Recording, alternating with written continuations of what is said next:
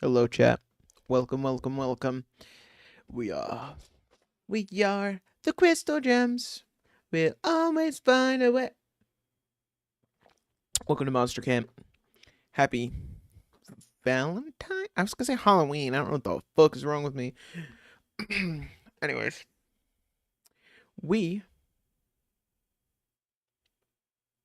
webcam. You're fucking locked up far now. What do you think of that, huh? Put that in your pipe and smoke it. Anyways, we are going to be playing Monster Prom 2. Monster Camp. Camp Monster. We're playing some monsters with a bit of camp. That is the plan. And the plan is simple. I think there is multiplayer. Hello, everybody. My name is Multiplier.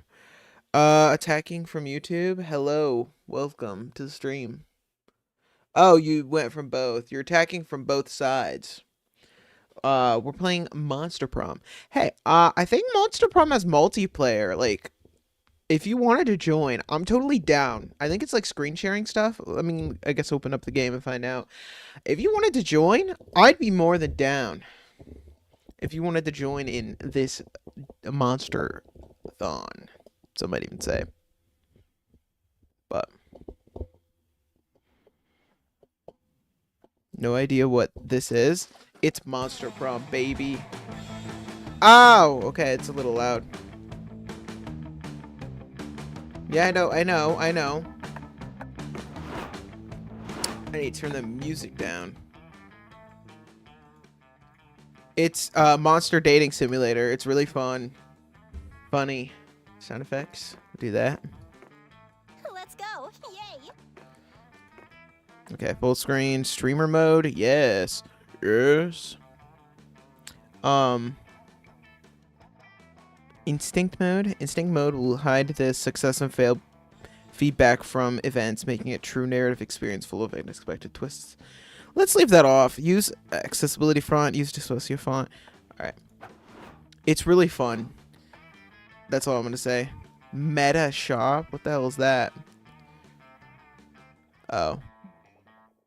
Hey player, it's me, the meta shopkeeper. This is your first time in my little shop, huh? Don't worry, I'll explain how this works. Here in the meta shop, we don't accept money. We buy and trade with summer memories instead.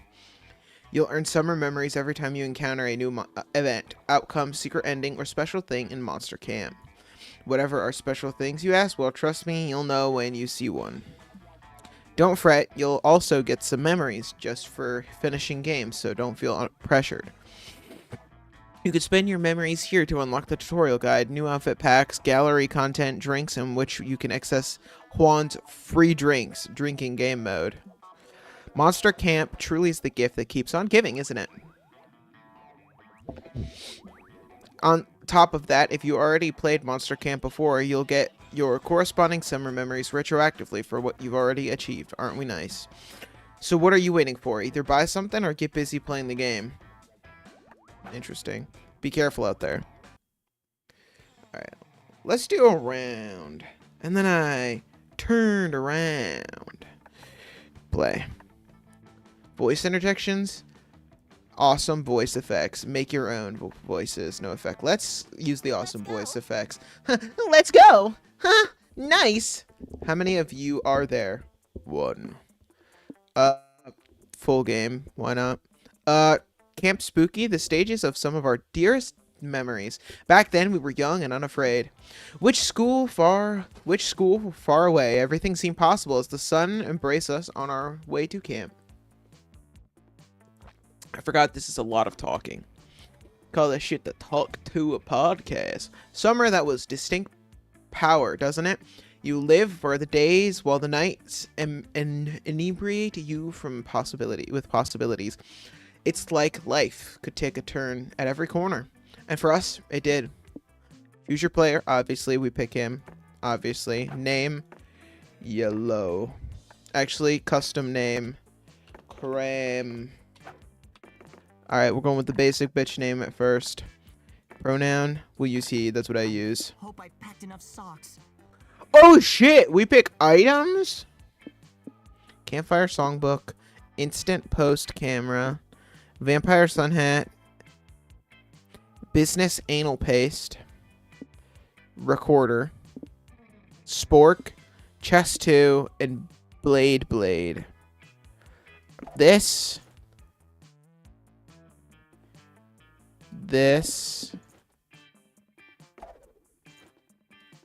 Yes. Okay. One might say that Monster Prom has hardened us on highs and lows of love. But no, in love we're always absolute beginners. And summer camp was no different. No one talked about it, but the summer of love loomed over our heads. Close the last day of camp, there was a meteor shower happening just 5 weeks away. Everyone knew that if you were into someone, you were going to watch the damn thing together. And so, a silently yet powerful pressure invaded us. It was the Monster Prom all over again. Everything seemed uncertain. Oh shit, my bad. I meant to hit this button. Alright. Joy Johnson John 32. 23. Holy shit, this is an old summer camp. A badass witch who wanted to chill a bit after saving the world countless times. Avari Mishra? 22. A high-headed adventurer possessed by a curse who has turned out to be the most annoying roommate ever. Oh, Calculuster Hewlett Packard 1.1. A library computer who has become a sentient robot ready to experience life to its fullest. That's Sean's character, isn't it? Dahlia Aquino 20, a buff blue demon and warmonger who has set her sights on conquering summers next. Damien LeVay 21, a fearless demon with a taste for destruction and a love of fire. And Milo Belladonna 23 ish, a Death Reaper doubling as an internet influencer who was profoundly in love with life and all its earthly pleasures. The bus trip was long and of all summer could be shaped by the first step well taken. And so it was clear. It all came down to breaking the ice and causing a good impression with the right person. Time to break the ice. Break the ice by doing something unexpected on the bus. Start a fire. Make sure the bus is happy. Play dead. Perform a magic trick. Just press the skip button till this shit starts. Ride the bus to victory. Alright, we're pressing the skip button till this shit starts. Ah! Good choice, Graham. All this prologue nonsense is so boring. Really, I thought it was kind of fun. It helps establish character dynamics and points you in a direction of... Skip! What the... Did you just cut me off to yell skip? Why are you still talking? Skip! Get out of the good part! Get to the good part! Oh, you're impossible. We'll just see you at camp, Graham. Yeah, once the fun shit starts happening, come find me. I don't know who we're going for. I think I kind of want to go with Milo. Or, maybe the robot. As I already said, we are young and unafraid, but we were ready to start. All right. All right. I got a 7 in creativity. Call that shit creative. Camp Dome. Lake. Woods. Let's go to the HQ. That day, the Monster Scouts hike around the camp, cleaning up litter to respect nature and stuff. Nobody said Coach gives a damn about picking up trash, but it does quickly become a contest to find the coolest garbage, and find used. Some find used condoms, others find weirdly shaped fruit. You somehow find a Remembrant. It's an original.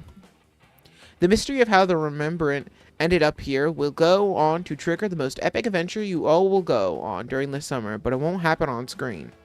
But you still gain +2 creativity just looking at it. It was so magnificent. You slip away with Avari to help her train up her dexterity by repeatedly shooting at her with a potato gun.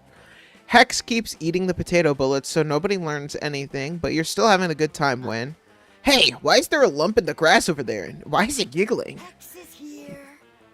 Yes, what a big idea. I'm the only giggling green lump around these parts. A wild Arabi appeared. No, Hex. Don't you see? I must be a wandering monster about to jump at a random encounter. Let's go get the jump on it with knives. Avari's first just finished rummaging through her inventory for a knife that does a double damage against green when the lump unfurls and reveals itself. It's me, Hex. Don't stab. Don't you recognize me, Avari? Huh? Hex? Wait, this sudden green lump can't be Hex. Hex is right here, attached to my soul, like always. Are you sure about that? Maybe that's not Hex, but a bear in disguise. It's been known to happen. Duh, I don't know that. Am I a wildlife expert? There's only one solution here, and it's to stab both of you. Yeah, that's a great idea. I don't give a shit about being stabbed. Wait, I fooled you. It was me all along. Unbelievable. Counselor Foldage, you tricked me again with your mastery of stealth. I'm actually glad to see you, though. I've been looking everywhere. You didn't find me, no matter how much you level up. Your search skill, old Counselor Flodge, will always be one step ahead. No other counselor is less accessible to campers. That's exactly why I wanted to talk to you. I need some disguise advice. You see, I'm planning to video chat with my grandma later, and you want to disguise yourself as her, so she'll be impressed by your mastery of the art of disguise. You've come to the right place. No, I have a problem, see? Grandma doesn't know that I've got a curse, and I'd like her to keep not knowing. Yeah, we're great pals and everything, but we both agree that we're not ready to take the next step and meet each other's families. But it's not like I can just stuff Hex back into the cursed necklace from whence they came. I need a way to hide them in plain sight. Before Counselor Flodge can jump into some dumb bullshit about changing Hex's skin color to match the environment, to jump in with an excellent suggestion of your own. Disguise Hex as a new hairstyle that Grandma is too old to understand. Use a spell to confront Grandma's already not so great sense, so she won't even notice Hex is there. Let's spell. Wait, you want to trick Avari's grandma so she can't be sure of her own senses. Isn't that a bit, like, gaslighting her? What's gaslighting? It sounds like a fire thing. Did Damien put you up to this? You sweet summer child. Gaslighting is an extremely fucked up practice of convincing someone that, in this case, your sweet grubbing grandmother, that their entire perception of reality is flawed and that they might be, in fact, going insane. Wow, that sounds like a heinous and unethical thing to do to a person I love. I can't believe you would suggest that, Grandma. I can't believe you would suggest it either. Not for an extremely different reason. Gaslighting, you see, does not exist. What? Come on. What? Come on. Obviously, gaslighting exists. Interesting. I wonder where you got that idea. Are you okay? Are you getting enough sleep? You're fine. You've never felt better. Gaslighting is a great, real thing. Hex has just defined it, for fuck's sake. Wow, okay. No need to get so worked up. It's natural to get emotional when you're confused. But let's try to get to the bottom of this misunderstanding together. Oh, you see what's going on. Counselor Flodge is gaslighting you about gaslighting in order to teach you a lesson about gaslighting. You congratulate him on his deviousness. Whoa, wait. You're the one who wanted to gaslight Avari's grandmother, and now you're accusing Counselor Flodge of being the gaslighter? The classic gaslighting behavior right there. You make me sick. Wait, no. You're not the gaslighter. It's him. Him, you say. You howl in protest as Avari's hex and Flodge and take their heads and walk away with -2 charm and -1 smarts. Shit. Come on. You can All do right. this. Let's go. Let's go to the lake. You want to go swimming, but it seems like the god of the lake is in a bit of a mood today. It demands an offering before you can get in the water. Only thing you have to give is your favorite yo-yo, which you were playing with on the way here. The god of the lake accepts your humble gift and actually kind of relieved you didn't leave something boring like a dead fish or the soul of a mortal. So in addition to gaining access to the lake, the god blesses you with +2 fun. Yay. You're running around the camp hoping you'll bump into Avari, but not in a creepy stalker way. Wee, watch it fly. Yup, watching it. I'm sure it sure goes into the air just like all kites. Hey, Cremium, over here and tell Avari how cool flying this kite is. You don't know if you want to do that because clearly she doesn't think so, and you're not in the business of contradicting hot people. But just to get more holistic sense of what's going on, Avari, what's going on holistically? Ugh. You make our symbiotic relationship as an adventurer and a curse attached to that adventurer more tolerable. We've created a schedule where we alternately doing things we like. So on some days I get to do awesome stuff like raiding dungeons and fighting trolls and delivering absurd objects to absurd people. And then on some days we get to chill at home watching TV and eating pizza and chips and candy. And Hex likes to pick up different hobbies they see on TV and then forget about them in a day or two. Hey, I do not. Then why do I have a half-finished scarf decoupaging pot holders, friendship bracelets, and a taxidermied rabbit in my skeleton? I'm gonna finish all of these. I just haven't had time yet because of all the eating junk food and TV watching. Hex saw a kite flying on some dumb TV show and insisted we try it for their activity today. So I'm here, forced to endure the world's most boring hobby of throwing paper and string into the air, or else forfeiting my next dungeon crawl. Avari can't pull the plug on Hex kite flying without some serious consequences, but you can't let Avari just be bored. That's not how love works. You have the answer. Oh, I guess we're dating her, I guess. I guess the answer at the beginning. What? I'm so confused. So you basically pick them in the first question. Avari loves upgrading all her gear with magic and whatnot. Upgrade the kite by trying some blades to it. See what happens. Enter and conquer the scene by hardcore hyper-competitive kite flying. We'll do this one. Now we're talking. I don't think tying blades to a kite and throwing it in the air is the best idea. Why? Gravity? Take that, noob. That just makes it fun, an exciting challenge. If gravity never tries to stop me, then gravity just becomes my newest enemy. Okay. Whatever tricks you into being hype about kite flying, get on my level, Avari. Level up, Oh, loser. you're only... Oh, not only am I going to get on your level, I'm going to fly above your level, and I'm going to do it with knives attached to me. Here for it. Alright, I'm here for it. The two of you take some beautiful crafted ribbons, tie some beautiful blades to the beautiful kite, and throw it into the beautiful sky. It immediately falls back to the earth, blades pointed in all directions dangerously. One of them even nicks Avari's arm. We are totally Sick! Who knew flatkind could be cool and dangerous? Avari immediately throws the kite back into the air and enjoys novelty of dodging the blades as it comes crashing down.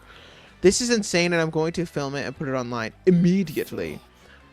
As a curse, I really appreciate how easily Avari makes my job. She puts herself in crazy amounts of danger and pain without me having to lift a finger. Thank you, Hex. It's true. I do that. The video hex post goes instantly viral as soon as the cool kids are doing the blade kite challenge. There are tons of rad injuries. Avari's happy that she's inspiring young adventures, and Hex is just happy that they get to fly more kites. Needless to say, you gain +2 fun, +1 boldness, as well as plus many opportunities to sing "Let's Go Fly a Kite." So I've got back my fun that I lost, I think, and I'm still stupid. I'm still unbelievably fucking dumb. I'm still fucking dumb. Where to sit? Is that a Mothman? You know, moth. Hello there, Crabby. What are you up to? Not much, just scrolling through your phone because you're feeling a little introverted right now. Do you feel like talking? That's okay, I'll play on my phone too. Oh, you don't? Cool, you and Moss sit in a comfortable silence for all of 15 seconds. Then you get text from Moss saying, please tell me gossip. I'm so bored, please. Oh, sorry, did I send that to you? I meant to send that to my cousin, Grandma. It's a common name among moth people, you know. No, it's not. Moss is obviously lying through his metaphorical teeth, so you suppose there's nothing wrong with you lying through the gossip to get him to leave you alone. Let's go. Romantic Victorian era wig, a mask of the great philosopher Parmenides, a whole lot of glitter, a heavy chain vest, a whole lot of glitter, poorly mimicking the mating pattern of a walrus, fixing the thermostat with expertise and bravado, winemaking through the traditional art of grape treating, and singing off key. Wine. Type in a condiment.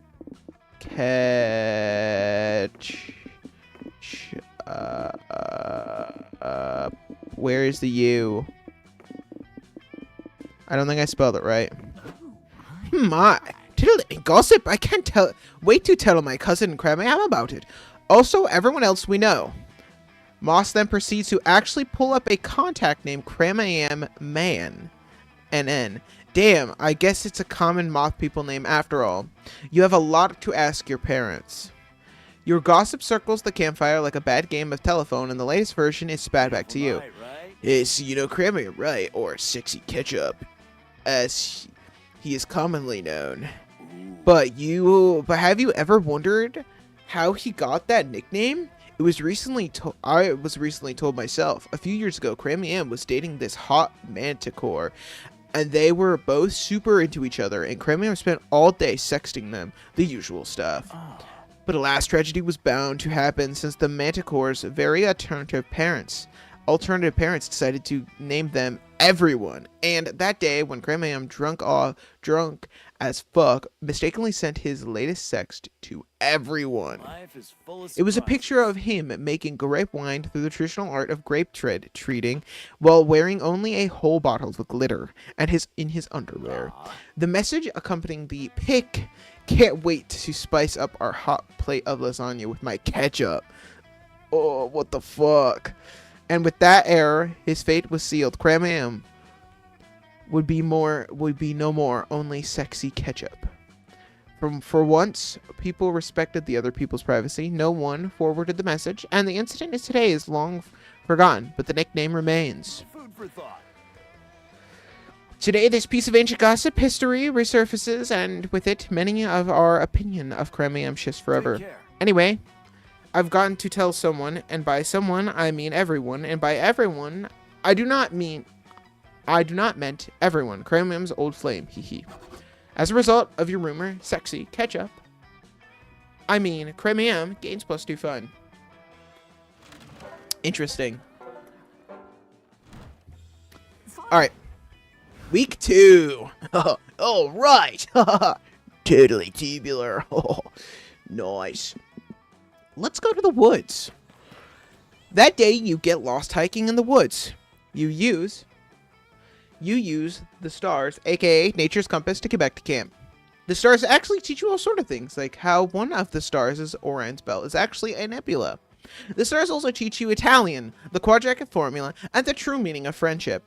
Wow, the stars sure are smart, and they give you +2 smarts. Nice.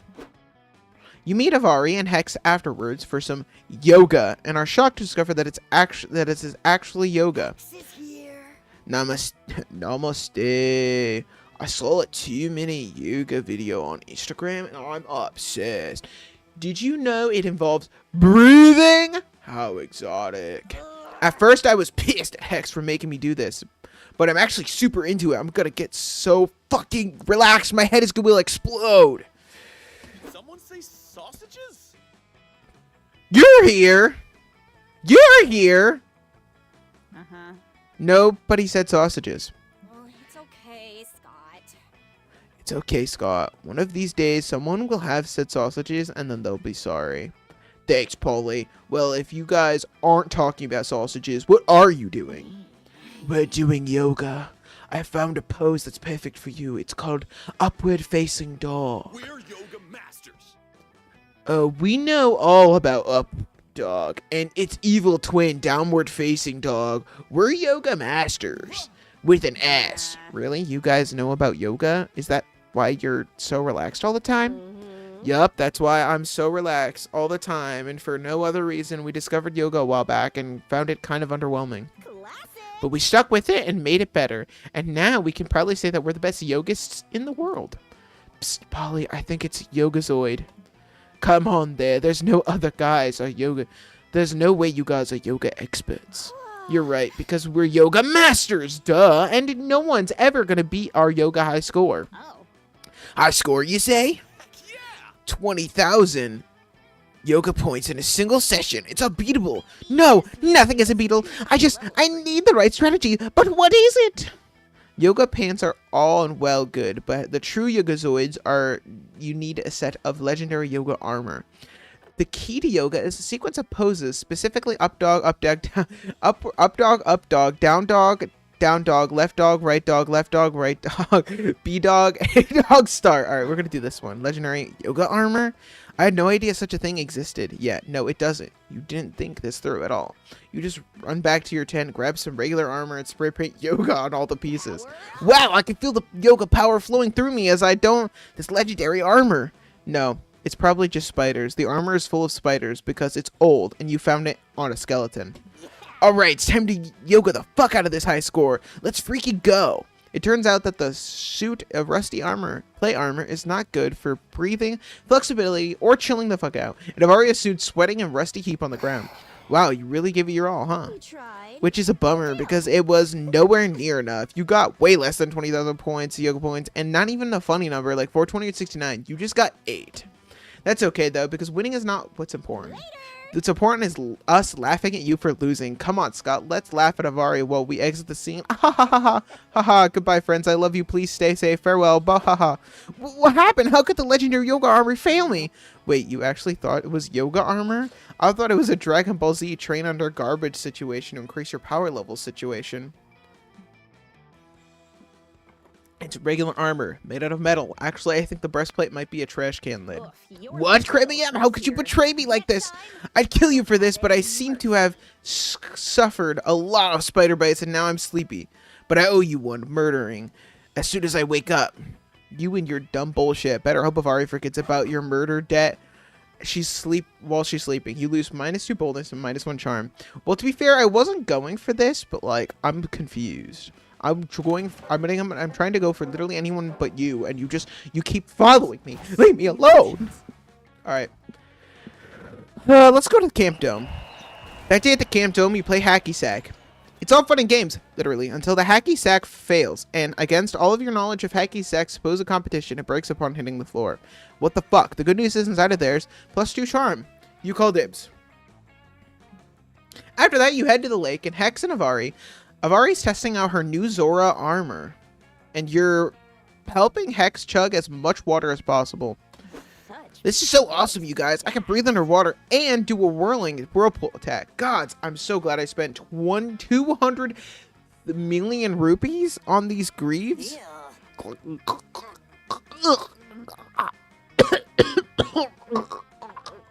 Sorry, gotta use real ADR.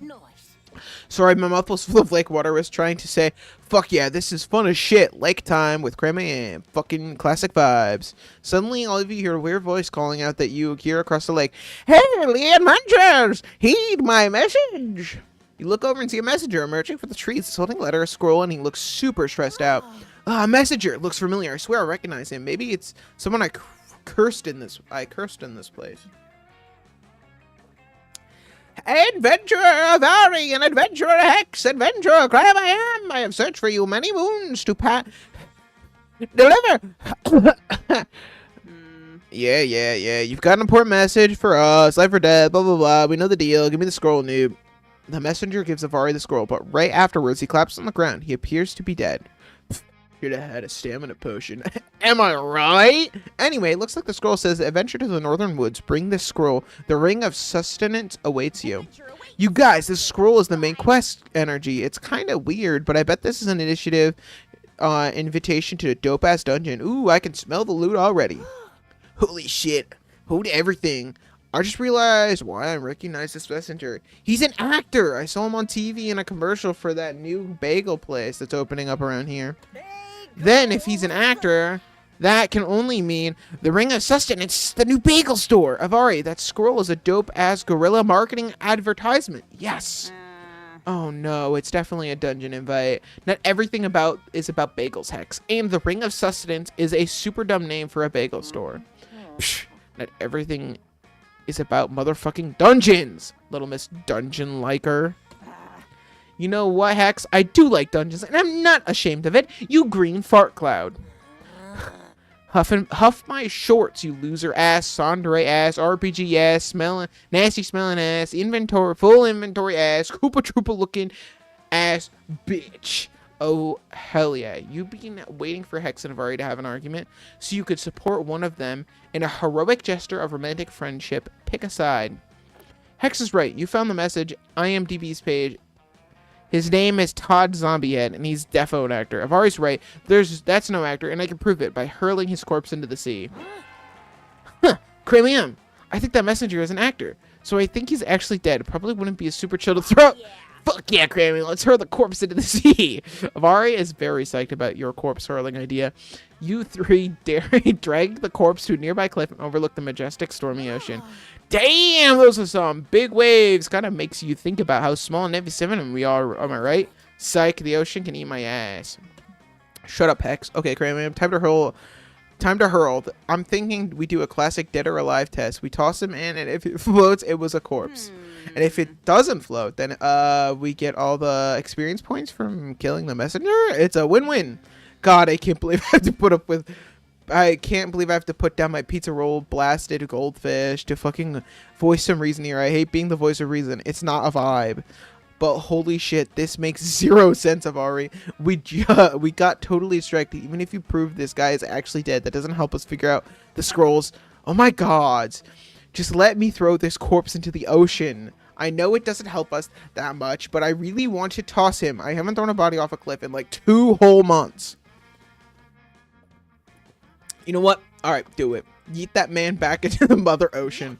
Yes! Okay, Kraven, here we go. 3, 2, 1, hurl! You throw the messenger into the ocean. His body hits the water. It makes a huge splash. You have a big laugh about it, and 5 seconds, and then high-five each other.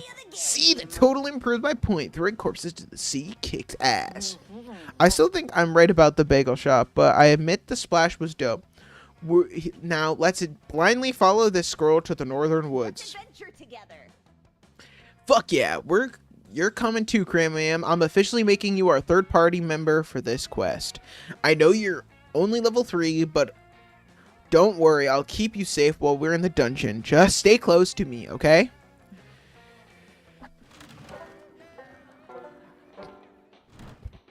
Mothman. That fire is safe. Oh, hello. Oh, hello, Cram. Thanks for joining me. Though I must ask, why have you chosen to sit with me, Mothman, instead of one of your 6 most charismatic campers, whom most of our friends seem to be crushing on? I don't know, because you're not very romantic-driven despite this being a dating sim. or some other chuckle fuck took the log you watched before you could sit down? I see. Well, as long as you're here, would you like to swamp scandalizing stories and rumors about people? That's kind of what we do here on my log. If you don't like it, you can get off. Well, you're already sitting down and don't feel like getting up. So if it's gossip, boss demands, it's gossip he's gonna get. Choose one. Nintendo DS Lite. Choose one. Or xenophobic underpaid waitress. Type in an abstract concept.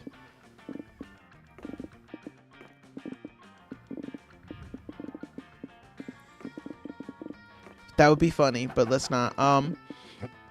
Let's see. What do we put? Wait, I know what we're putting. We're gonna put in F and A. F. Lore. Wait, let's do it. We're putting FNAF lore. What a wonderful rumor, Kremmy. I'm gonna adore every second of it. You should shrink your desires to flirt with your skirt your desires to flirt with our fellow campers and sit next to me more often. Your gossip is like a little seed and you proudly watch it grow into a mighty oak as your friends pass it around the campfire. Is this what having children is like? Hello. Hello, Cram. So you got any fun hobbies? Baking, gaming, making sentient golems out of clay to your bidding? Sorry, just trying to make conversation. Also, segue into this totally wild gossip I just heard about Cram.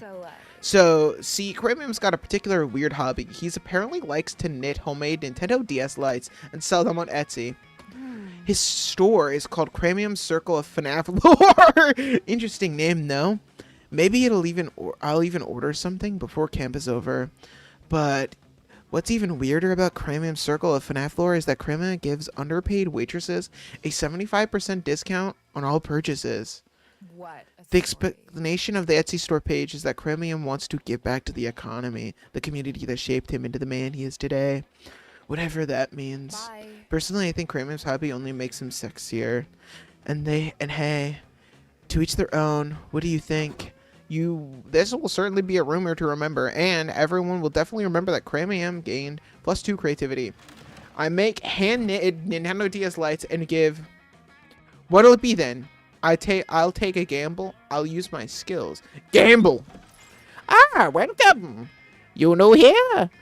Don't fret, let me explain how this works. I will prepare you a drink, the drink of the day. You may choose to drink that one. But if you're not interested, you're lucky.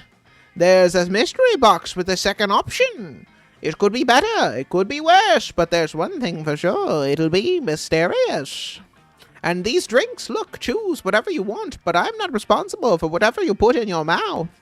I'm a wizard in training, not for you to test my concoctions is somewhere between kind and reckless. So get ready and good luck. Ski mask, drink of the day. Quite appealing, right? I don't know if I'd drink that, but the real question is, will you? I also have this mystery box because of this. At this point, who knows what you'll drink? The box. Love potion number 9, the mysterious box. So bold of you. Hope you're happy with it. No refunds. The love potion number 9. The right way to get someone to like you more is by being yourself and finding someone with whom you can watch. But the fastest way is by drinking this potion. Okay, but I get tipsy very fast. This is the part where I leave before you puke all over me. Joe! I don't know what that was. I can do this. I haven't been to the manor yet. The day at the haunted manor, a little clown man rides a tricycle up to you and asks if you would like to play a game. Cool. You love games. You suggest Monopoly or categories, but the clown makes you find the exit key in an hour, or he's going to rip all of your skin off. You're not super into that idea, so you decide to compromise by going to an escape room and solving some puzzles together. It's a lot of fun, but you don't gain any fun here. You gain 2 boldness instead. Afterwards, you're very busy making a friendship bracelet, but spooky, when you see Avari power walking through your location with a look of fierce determination in her eyes. Seen any loot around here? Okay, I slew the dragon of Danger Mountain, found the incredibly rare ruby that somehow grows inside of a tree, but only during the eclipse, and only if you're leveled up. I tripped a jackalope and got the mouse's glasses back so I could trade him for the seed of the bead, and put in on the altar under the well after I drained it using the turtle. And I cleaned the Agrian stables and picked up Wizard's Farts dry cleaning. What's next? Huh? Sounds like Avari is having quite the day. You ask why she's doing all of these random tasks. Ugh, don't get me started. She's doing side quests, helping everyone fight their enemies or find rare items so she can't take the 5 minutes to find a pizza for my side quest. I already told you, ordering a pizza isn't a quest. With enough XP reward. We'll do that after I do one last real side quest for the day. Won't you come along and help, Cremium? 2 heads are better than 1. Hey, I thought I was your second head. I'm even keeping track of everything like you asked. Oh, great. Let's see what I have left to Robert the Robber. Should date Thomas the Raccoon Landlord? Hex, these are just shipping charts between all my side quest prospects. What's your point? My point is a list of who should fight and who should fuck, and a flowchart of love triangles does nothing for me in terms of figuring out what my next move. Well, all those side quests do nothing for me in terms of finding me pizza, so I guessed we're even. Look, if I have the power through all of these side quests, I may have as well add some drama through my shipping flowcharts, so it plays like some sort of telenovela in my mind. Luckily for Avari, evaluating bonkers courses of actions based on what stats they'll give you is practically the only thing you do. Looking at Hex's notes, it immediately clear which side quest will unlock the ultimate goal, making Avari smile. Help the local mayor to open a TikTok account so he can bond with his teenage son. Collect 10 turnips from the town guard, who's totally not using them to pleasure himself. There's an awkward silence, and you wonder if maybe you overdid it by adding the not using the pleasure himself part, which they all seem to realize meant he totally was.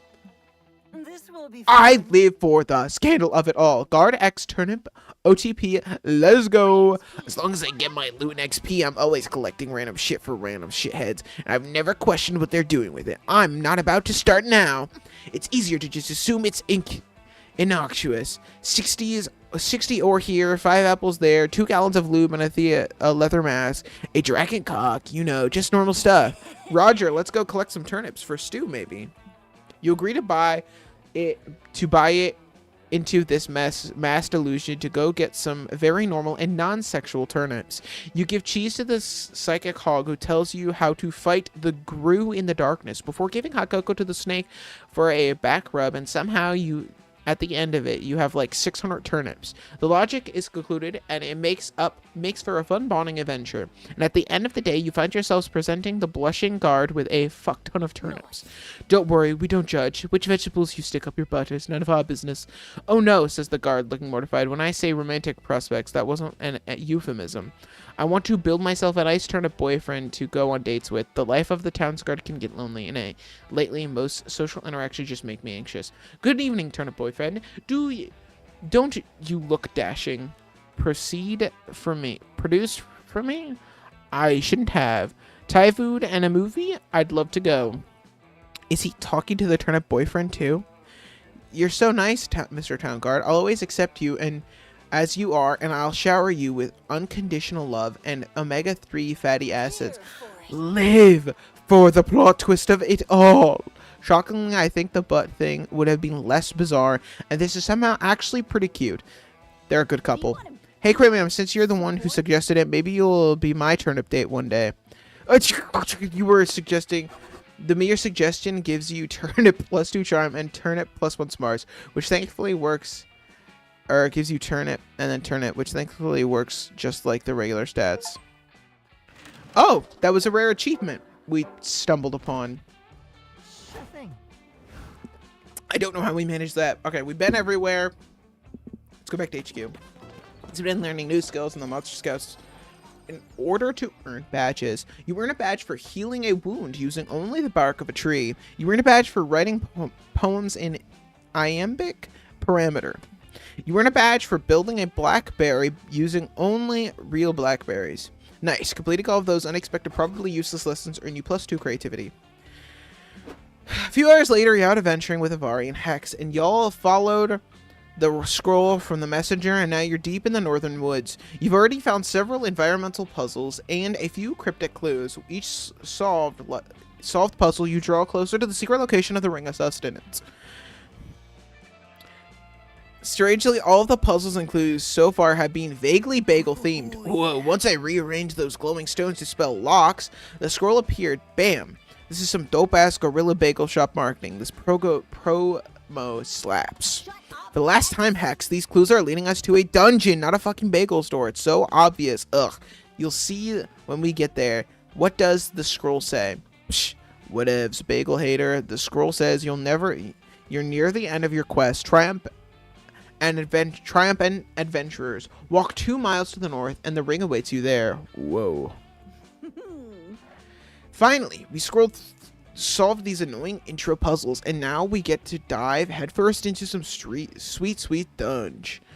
Gods, I hope it's multi-level with a super complicated layout. Totes, but just in case it ends up being a bagel shop, I should prep first. I gotta make sure my patent cream cheese utility belt is full of maximum flavors.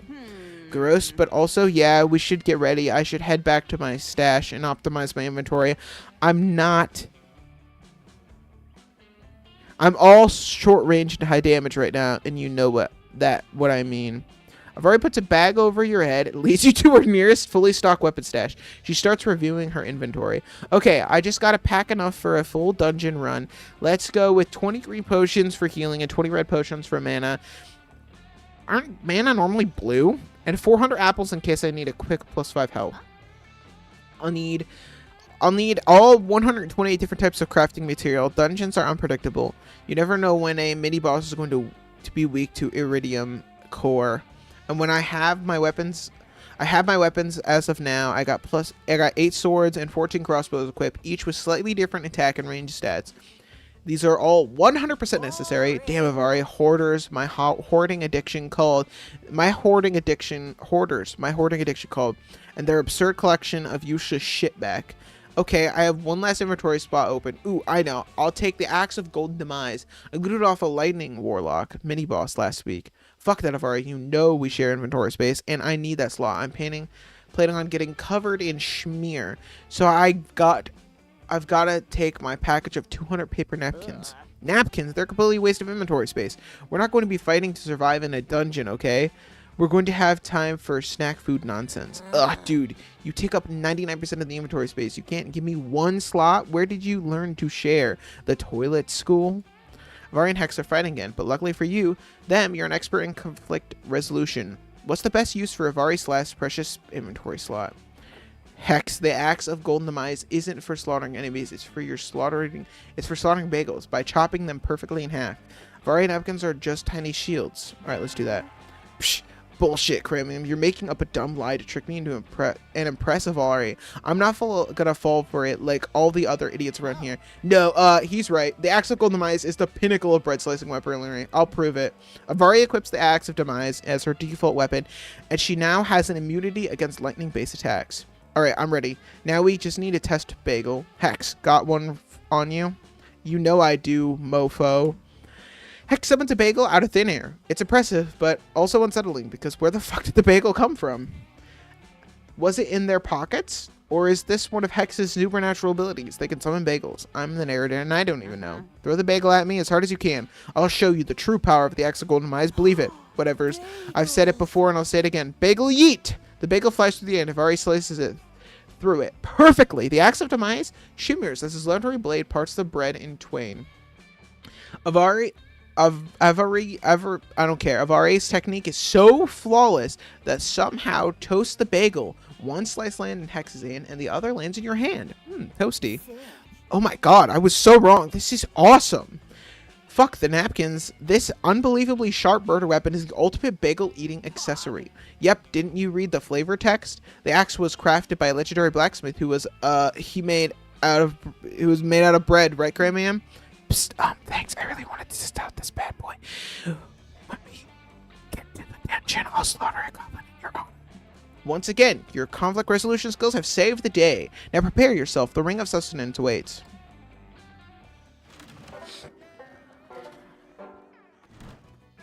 Don't mind me.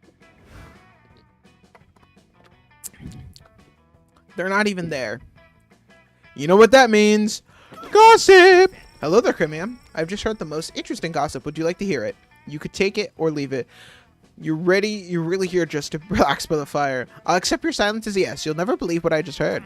Our fellow campmate Avaria Mystery, seemingly innocent and endearing, actually moonlights as a monster slayer. She slaughters monsters through the night, just for fun. What do you think of that? You think? No shit. So you could do better. So you think you could do better? Why don't you tell me the gossip you learned in the past 24 hours if you're so good at it? Please. You figure this was all just a bid by Moss to get you to tell him some gossip. Luckily, you are not going to be disappointed.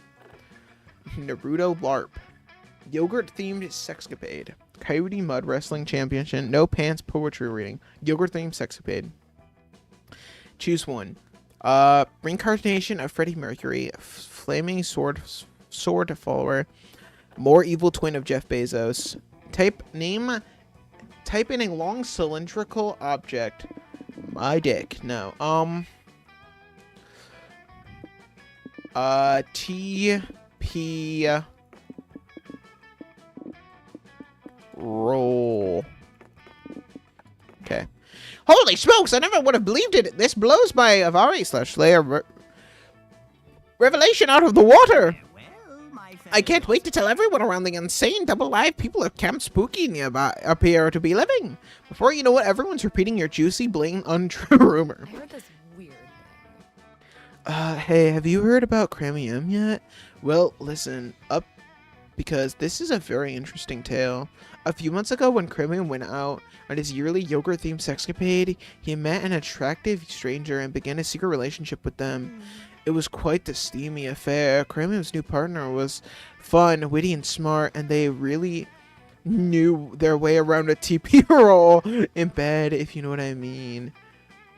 Unfortunately, their relationship had to end when Cramium's partner found out about Cramium's double life as a more evil twin of Jeff Bezos. It was obvious that the relationship couldn't continue, and Cramium's secret sweetie bade him a disgusted goodbye. It's kind of funny knowing that Cramium's rocks get off. What gets Cramium's rocks off, I won't be able to get it out of my mind next time I talk to him. You used your gossip powers for evil today, and as a result, Cramium lost 4 charm. Do with that what you will. What? I have 1 charm. That's fucking funny. 1 fucking charm. This is already hard. Okay, let's go back to the lake. You're in the lake sunbathing. It's kind of relaxing, but hella boring. What's the issue? Have you lost your ability to have some fun unless you're playing video games or partying in wild raves? No. See, the problem is now is you didn't put on sunscreen, but fun screen, which was a fun protection factor of 50. You washed the fun screen away with some water and put on some sunscreen. There you go. You prevented some sunburn and gained +2 fun. I'm really creative and really fun. You see Joy trying to do something normal on the beach, so you head over and ruin it with sexy. Just as you're about to strike your most erotic pose, Avari stops over and steals your thunder. Let's go grind some more XP. Joy, enchant my armor. I'm going into the lake. I need a break. In armor? You know I shouldn't ask, but why? For violent reasons, this stupid lake monster called me short the other day, but I was too low level to crush him like he deserved. And then I found the armor of crushing plus 10. That's dumb, wet drink hole. Won't know what hit him, but it will be me. I will hit him. The only thing that's going to hit him if you wear that armor is stunned sense of relief as you plummet to the bottom and drown. It's way too heavy. Wow, Joy. Commenting on my armor's weight? I thought you were better than that. I came here to be enchanted, not body shamed. Hex, come on, help me out here. You think she listens to me? That's cute. Anyway, it's fine. I have some friends I've been meaning to visit in hell. Bye, loser. Don't talk to me like that. I'm not here. You two. I'm not here. You two. I'll show you both. I'm going into the lake and stabbing that lake monster. Wait, at least let me enchant the armor to weigh a little less. I'll keep you from drowning.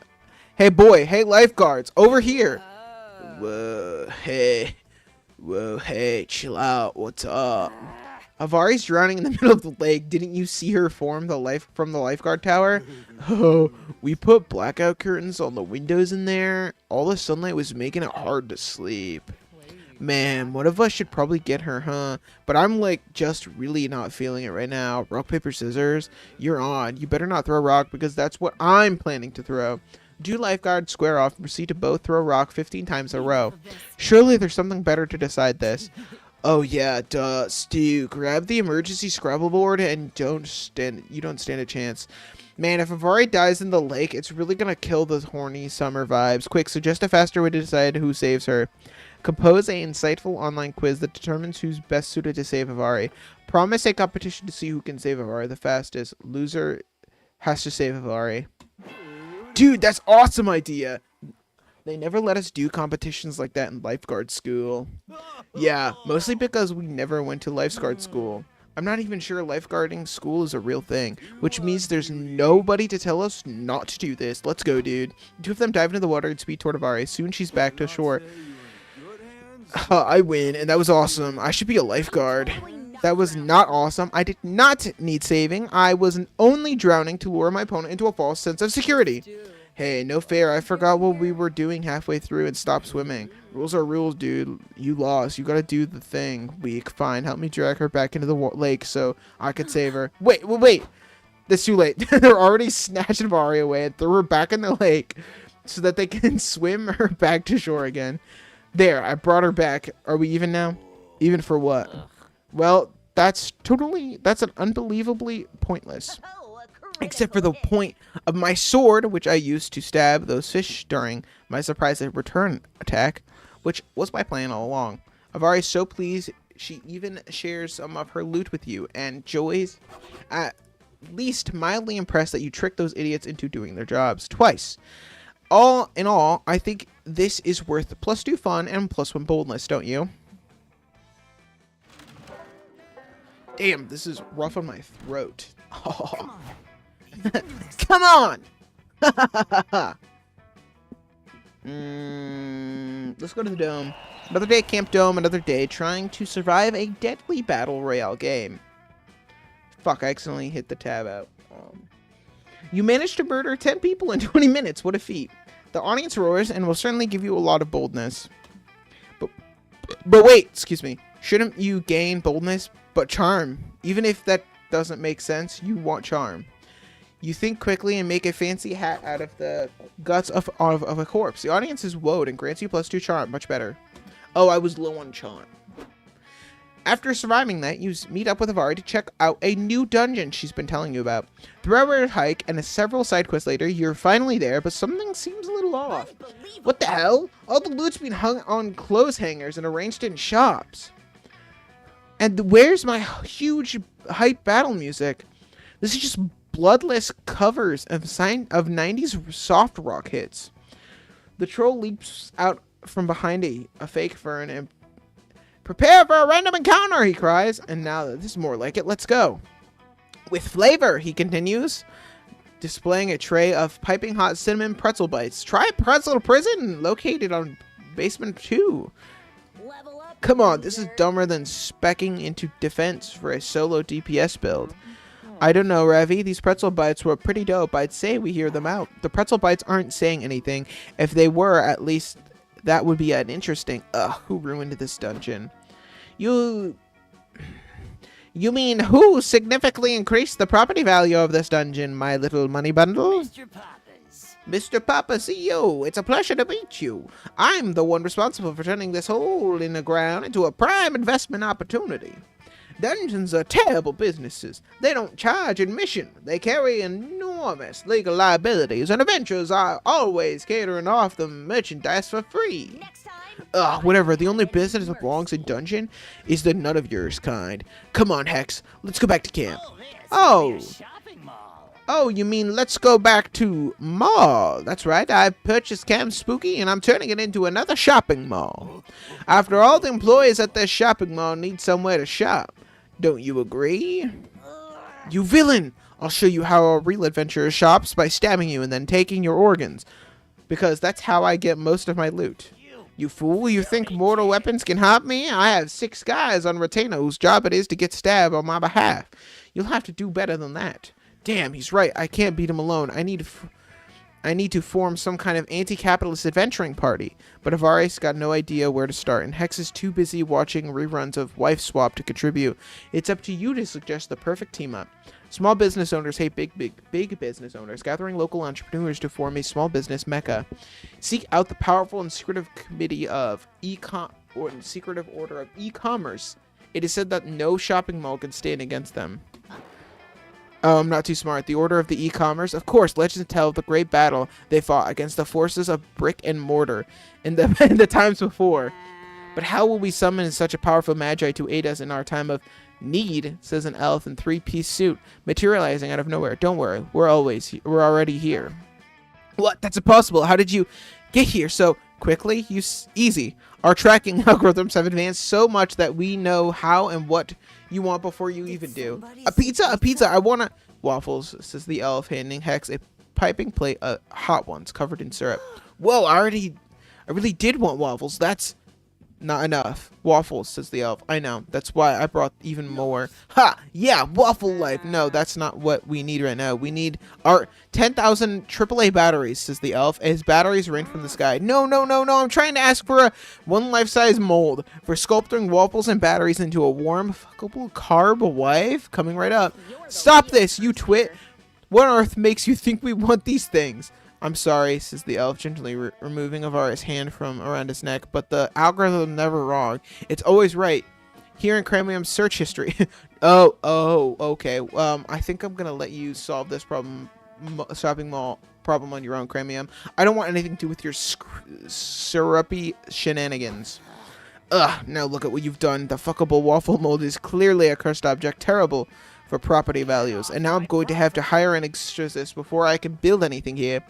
You don't think you've won. You still got incredibly owned by that elf. The worst part of it is, since there is still technically the CEO's land, he doesn't even let you keep the waffle mold. You lose -2 fun and +1 charm and -1 charm. Damn, unfortunate. I thought e-commerce was funny, but I guess I'm not smart. Marshmallows? If anyone wants some. Moth. Hiya, Cramium. I'm here. I'm glad you're here. I was busy silently judging all of your campmates, but now I can judge them out loud with you. Take Joy, for example. She's a great hero and stuff, but what's up with her whole antisocial attitude?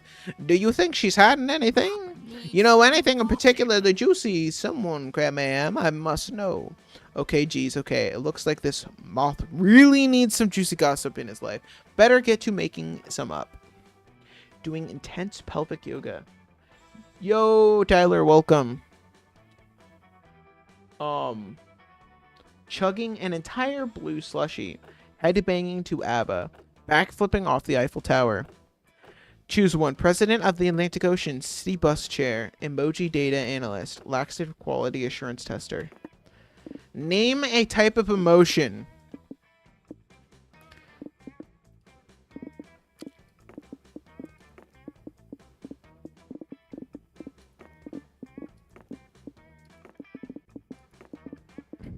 Okay, done. Alright. Oh my gosh, this is even juicier than anticipated. Thanks for trusting this information with me, Cramium. Now if you'll excuse me, I'm going to betray that trust by telling everyone what you said. If there's one thing horny young adult monsters like, it's gossip. Well, they like sex more, but gossip is cool too. Hey, did you hear about Chromium yet? Well, buckle up, because this gets weird. According to, well, basically everyone, Chromium's injured his edging gland really severely last year. It happened while he was backflipping off the Eiffel Tower. The injuries were so bad that you had to helicopter him to the hospital immediately. What? Unfortunately, the surgeons were unable to save Chromium's edging gland, and he didn't retain fully function. But that's kind of surgery ain't cheap, and Chromium's insurance didn't cover everything. So we had to get a job as a part-time laxative quality tester to pay the rest of the hospital bill. And I thought I Pretty knew crazy that everything. Chromium's walking around with a totally artificial edging gland. But it really makes him see him in a whole different light, huh? Yes, in fact, it makes everyone see Chromium as a new light. Chromium's new reputation cost him +4 bold. Damn. Or -4 bold. Damn. Gable! The weekend you feel like getting wasted, so you go visit none other than Juan. Hola! You know where I'm starting making magical drinks. I never thought people would actually come to drink them. But hey, who am I to judge? Anyways, take a look at this one. Protein shake. No idea if I got the recipe right. Want to try it? Otherwise, you always have the mystery box. Box. Margarita. The mystery box. So bold of you. Hope you're happy with it. No refunds. So you want to drink the margarita, huh? I think that it's drinking a brain you'll absorb at smarts. It's a bit simplistic. But hey, it actually happens. Alco's brains are at its finest. Oh, okay. I got I smart. get tipsy very fast. Still hard to believe you drank that. Good luck, I guess. I am smart. Fuck, my throat hurts. I think after this, I could be done. My fucking... God damn. I've basically constantly talked. God damn. I also might need a drink. Woods. That day you get lost in the woods. You decide to study the tree bark and the moss patterns to solve the situation. By reading one tree's bark, you realize which directions north is. By reading another tree's bark, you learn the exact age of the tree, 73 years old. By reading yet another tree's bark, you learn the tree likes Irish poetry and believes Buffy and Spike were the ultimate ship on Buffy the Vampire Slayer. Whoa, so much useless knowledge. You gain +2 smarts. I am fucking not bold or not charming. You emerge into a clearing to find Avari and Joey crouched around something. Chromium, perfect! You can help us here! If you help, I mean, silently drool over us before making some kind of wacky decision that endangers us, then sure. Hey, don't knock at wacky decisions that endanger us all. That's how I managed to stay a step ahead of my nemesis. Fair enough. Far be it for me to judge how other women deal with her nemesis. Hexkate knows I've got some unorthodox strategies of my own. Oh yeah, she's the witch pack from the other one. And speaking of unorthodox strategies, I think you run out of conveniently conventional methods for attempting to identify this creature.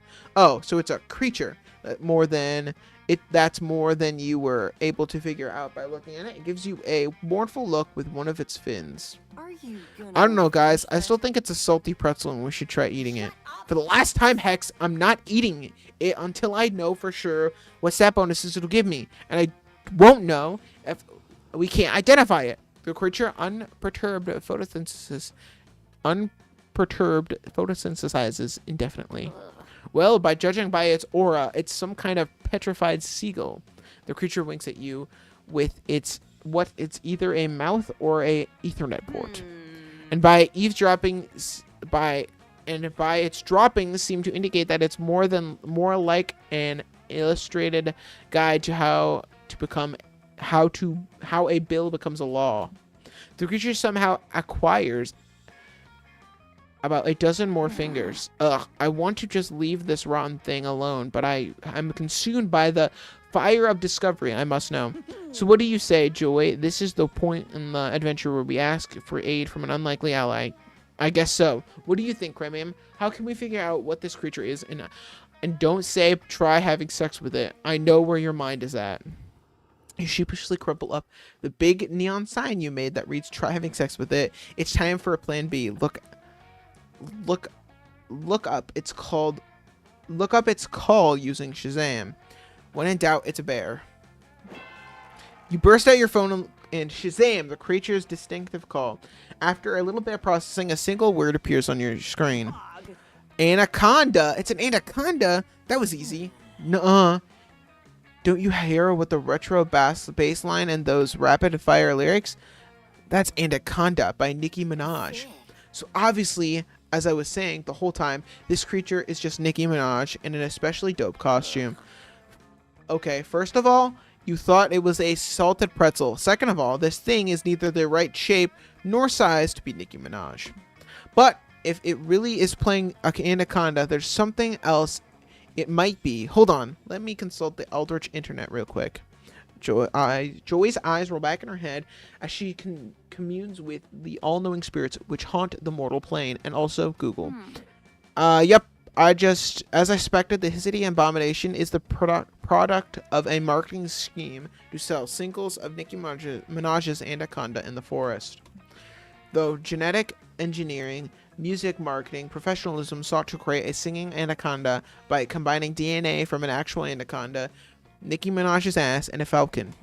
The music marketing professionals aren't really good at genetic engineering, though, so this resulted in the puddle of Mrs.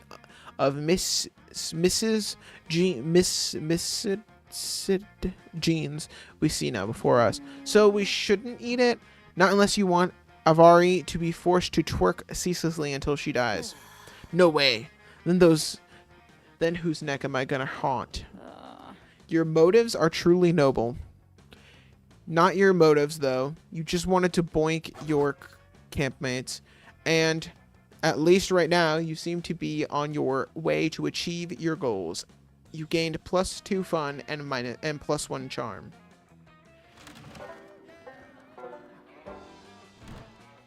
Come on. Come on!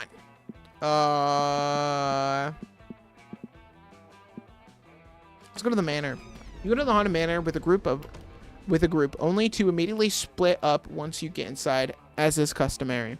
You quickly get lost and have no cell signal, but it is a stroke of genius. You follow the signs of the haunted manors lost and found to wait for your friends to pick you up.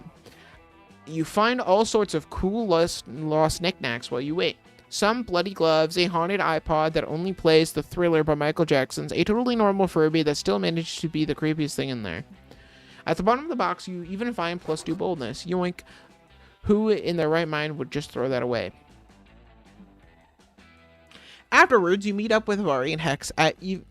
Ever since you received that mysterious scroll, you three have been on a long and arduous quest. I don't know why I wanted to say androgynous.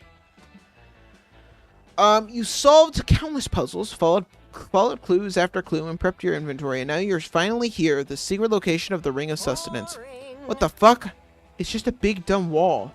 This isn't a bagel shop or a dungeon. I want a refund. Oh, that's not just a wall. Check out the weird markings.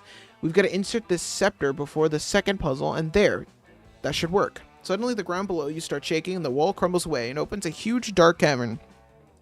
You hear the telltale door opening music cue. You also hear a deep, mysterious voice emanating from the cavern. Adventures! If you seek the Ring of Sustenance, triumph over evil in this dungeon of bread. What is this, the fucking Chuckle Dungeon? Sorry. Guess that motherfucking yes, it's a motherfucking dungeon. I told you so. Ugh, you were right. There's no arguing with that music cue. Let's get this over with, Avari. At least let me eat some bread demon's flesh while we're in there. Y'all enter the dungeon of bread, and Avari is absolutely crushing it. She solves 3 puzzles immediately and finds the dungeon map without taking any damage.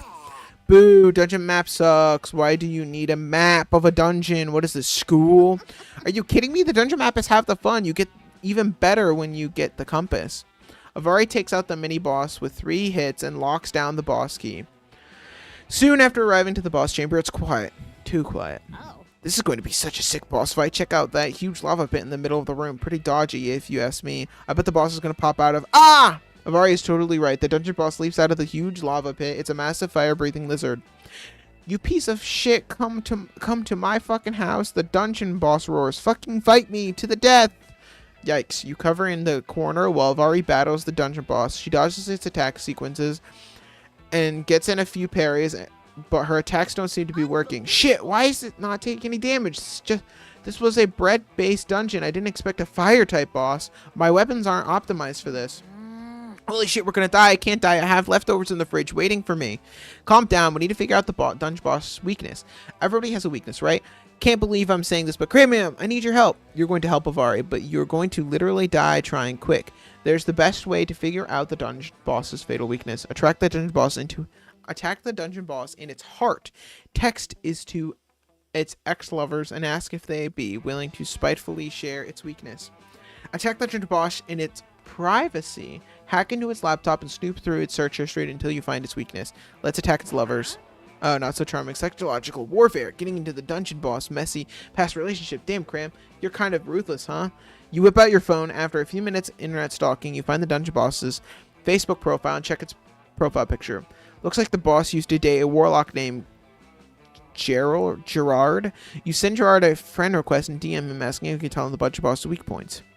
Gerard texts you back right away and he says, I'll tell you everything. Dungeon boss was the worst boyfriend of my time. Anything I can do to hurt the fire lizard like you're me. Overall, the dungeon boss is way too defensive. It took months of steady, continuous, exclusive dating for him to lower his guard around me. I had to date the dungeon boss for a full year before he even showed me the weak point underneath his impenetrable scales. It's still bitter without our breakup. Barf, that sounds awful, but I've never lost a boss fight, and I'm not going to start today, so I'll do whatever it takes. Ravi, no, it's not worth it. Listen up, Firelance. I'm your new girlfriend now, and I'm going to slowly and painstakingly win your trust through a loving, committed relationship. Are we serious? Going to hang out with this fucking lava chamber for a year? I can't just give up and watch TV, please. Let's begin the series of casual dates, like the movie or mini golf or... But if you're incapable of leaving this lava bed, I'll make us a romantic picnic. The dungeon boss roars and agrees to start dating. Avari, damn it. You had a huge crush on Avari, but this fire lizard is way cooler than you. You leave the dungeon totally heartbroken. Avari's gonna find the weak point and murder the shit out of that dungeon boss. But still, it hurts to see her in a serious relationship with someone that's not you. You didn't plunder any loot from the dungeon, but you did get some lava burns on your skull. You lose -3 smarts. The last day of summer.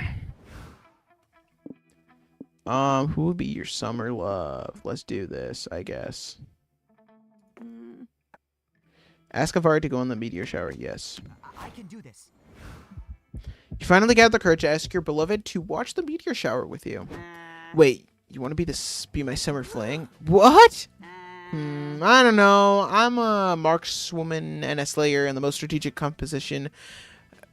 Most strategic composition for me to be paired with someone like a tank. And would you class even be?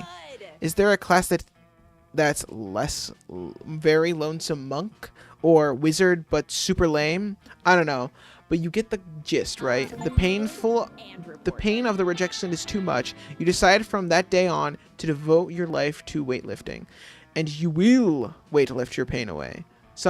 Fuck summer love. Your new goal in life is weightlifting in the Olympic Games. Finally, you think Marika 2023 will be your shot at the gold medal. Unfortunately, that year they decided to change the rules so people need to prove they had a summer love in order to be eligible for the Olympics. That's something about if you couldn't lift yourself into summer love, you can't lift any other kind of weight. You spend the rest of your life crying in a corner. Damn, that's unfortunate.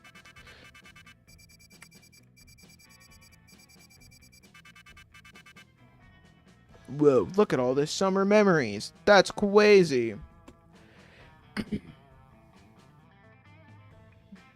Before you knew it, those weeks were gone. It felt like a hot minute, and it felt like an entire lifetime. That night, as we saw summer coming to an end, we all wondered what would come next for us. It felt like the end of something big. Little did we know life still had many wonders and misadventures in store for us. Now I'm older and I can see it how those years became the foundation of the mythology of our lives. Broken hearts turned tragedies sung for centuries. Wild nights became epic, treasured forever.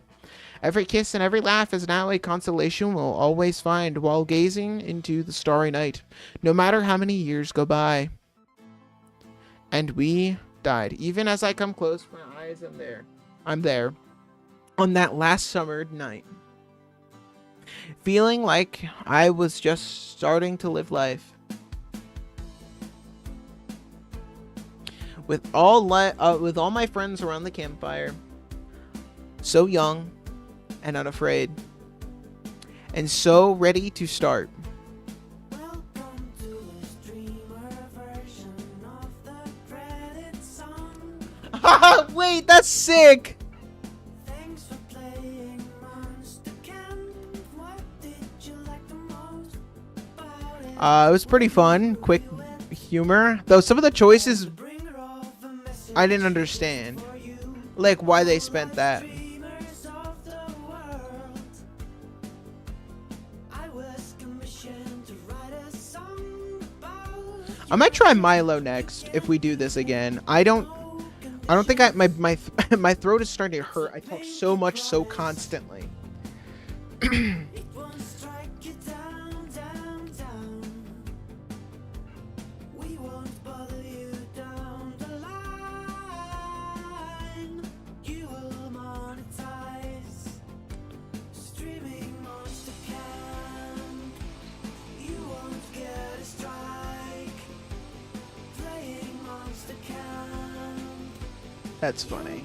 Just fine streaming Monster Camp. That's so fucking funny.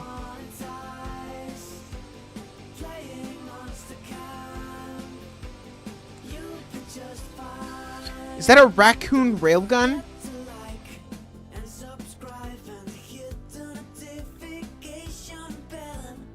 Do that, do that.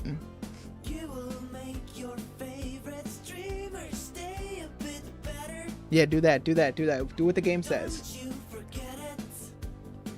Like if making content wasn't hard enough to worry about this stuff, like losing all your revenue. I don't make money, but like I would like to. But not with Monster Camp. Streaming Monster Camp. You won't get a strike. Playing Monster Camp. You'll be just fine. So now that we're here, my name is Chat. Clothing. Idea. Oh yeah. I'm willing to go another round. I gotta refill my drink. And I might have to leave near the end and come back to do the fire, but I'm totally down to do another round. What do you say? What do you say?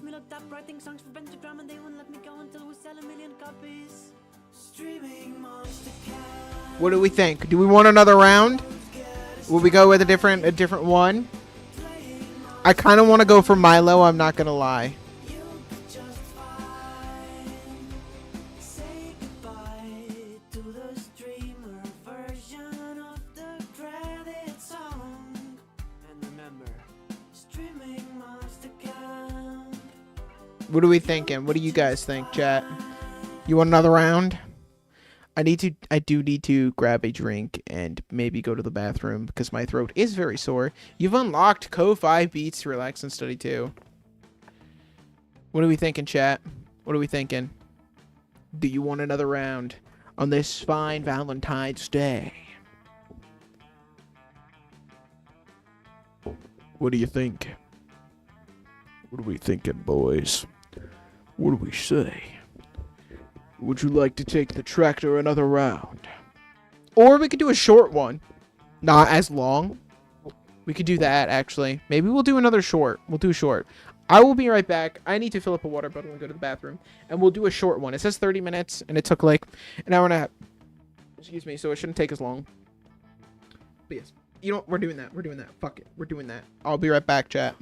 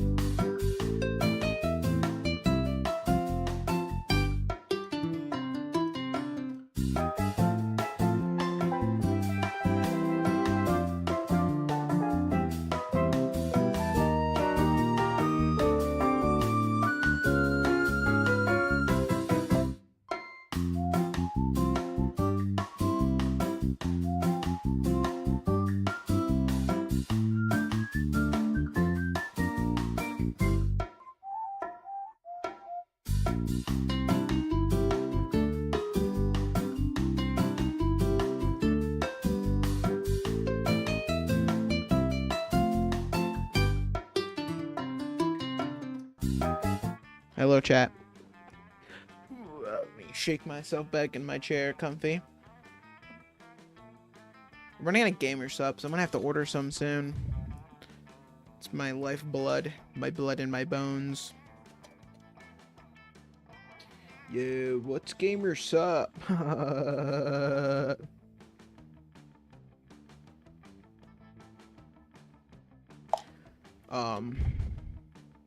We'll do a short. Monster Prom franchise bundle. That's what you're hearing. No, I do have it. I do have it. I have Monster Prom 3. So we'll probably do a stream of that.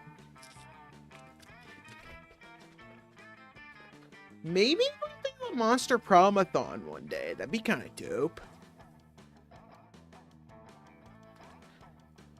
Shake it off, shake it off, shake it off, shake it off, shake it off, shake it off, shake it off, shake it off, boy.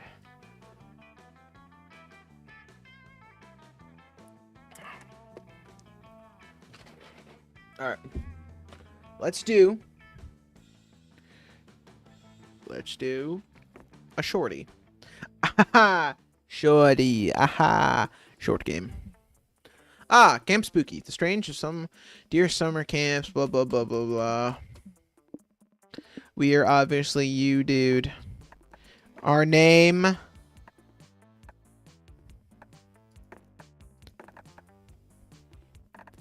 Piss. Who the fuck is the S? Piss.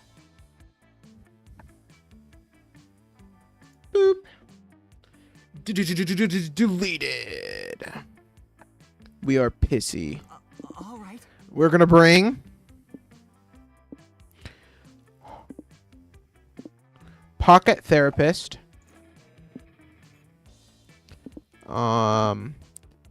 Camera. Cursed Pen. That's cool. I don't know what these items do. One might say that the monster prom is the hardest thing you love life. Blah, blah, blah, blah. Close to the last day of camp, there is a meteor shower. There's a week. Okay. Okay. Packard. Blah, blah, blah. Damien. And we're going to go for Milo. Milo Belladonna. A Death Reaper doubling as an internet influencer who is profound in love with life and its earthly promises. The bus trip is long and all summer fun could be shaped by the first step well taken. And so it was cleared. Blah, blah, blah, blah. The right person. Okay.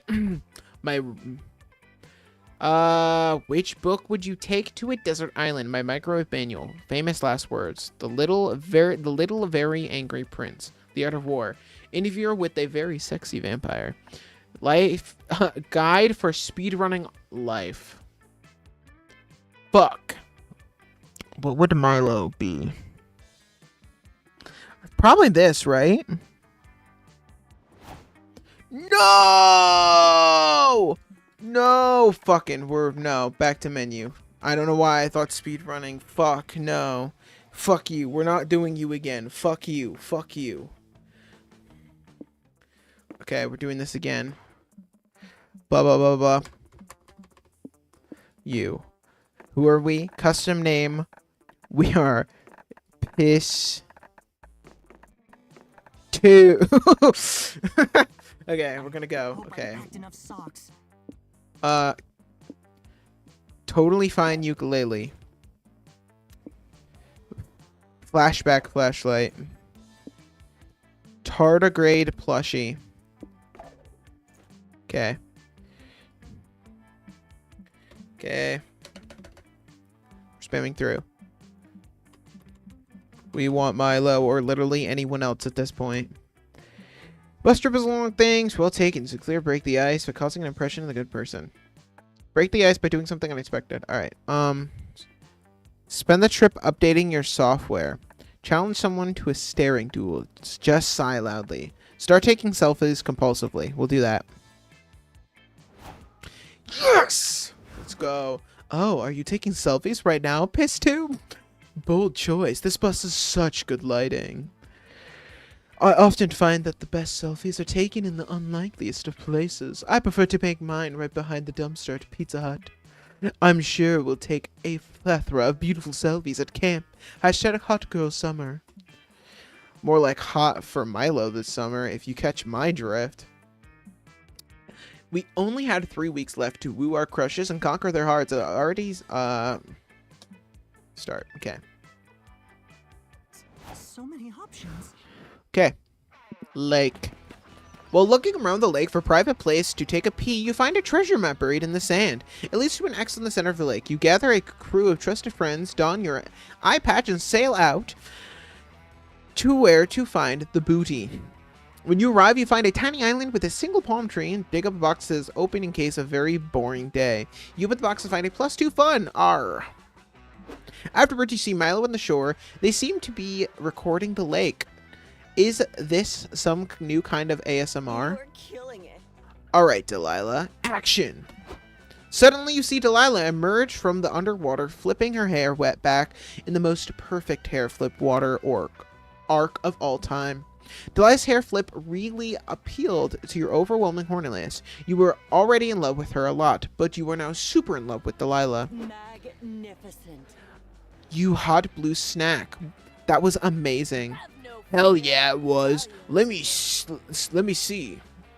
Delilah quickly throws her hair back in a ponytail and hurries over there. The three of you crowd around Milo's phone and watch the slow-motion Insta story of Delilah's sexy wet hair flip. Literally, Delilah, you look so sexy and powerful, and you know what they say. Powerful is the new sexy, and conveniently sexy is the new powerful. I fully agree. I am downright fuckable. Whoa, I'm so hot, I'm making myself horny. For real, you're officially the hottest creature in existence. It used to be the Sonic the Hedgehog, but you just smashed him into the irrelevancy. Oh no! No, no, no, no! Wait, wait, wait, wait! Alright, babe, I'm tagging you. Is that okay? You're going to get a ton of new followers after such a masterful display of beauty and sex appeal. Yes, tag me. Yo! Welcome, Huntress. Welcome. Tag me and I catch some new followers and make them enjoy my... Wait. I just realized something. I had a realization. Yep. Yep. I can see that. Care to enlighten me? I'm going to be alone forever. What? I'm scared that no one will be able to do a hair flip sexy enough to be worthy of my attention. I'm out of everyone's league. Thank you for welcoming me in. No problem. Oh, Delilah, it's okay. I'm sure someone could do a wet hair flip worthy of you. There's just has to be someone out there. Maybe even someone listening to this very conversation. That's your cue, you primal animal. You get into the lake, focus all your energy on pressing these two, and execute your sexiest technique. Emerge from the water without eating something juicy. The water while eating some juicy fried chicken. Play hard to get. Do not come out of the water. Wait. I'm pretty bold. You dive under the water and play it cool. You never emerge. You can hear Delilah moaning when you're going to come out of the water. After 40 seconds underwater, you hear, I really miss Piss too. Me too. Being with him is such a rare pleasure. Like taking a selfie in the last warm rays of a dying star. After 80 seconds underwater, Delilah, help me. I can't remember what Piss 2's face looks like anymore. God, I miss him so much. Me too, Milo. I can't remember his face either. The only safe thing to do is assume that it is very, very handsome. After 130 seconds underwater, enjoying this game, I am. This game is a romp. After 130 seconds under the water, I think it's safe to say that Piss 2 is dead. It's a tragedy. He was so aloof and fuckable. I should have focused on getting him before he impulsively drowned himself. Now I'm fighting the most dangerous enemy of all. Regret. After 160 seconds underwater, Milo and Dahlia are both performing a tearful, heartfelt eulogy about you. You decide to finally come out. Piss 2, you're back! What a miracle! My God, life is so beautiful and fragile. We have to make the most of it, the time we have with the people we love. You're like a little ice cube melting in our hands, and sexy ice cube, and you might be gone any moment. I promise to get to know even better and protect you with my fearsome strength. I have to admit I really used to take Piss 2 for granted, mostly because he is usually super thirsty and shamelessly begging for our attention. Me too, but those 160 seconds without Piss 2 have made me completely reconsider how I see him. I didn't intend to fake your own death for your attention, but hey, it worked. You gain +2 bonus and +1 fun.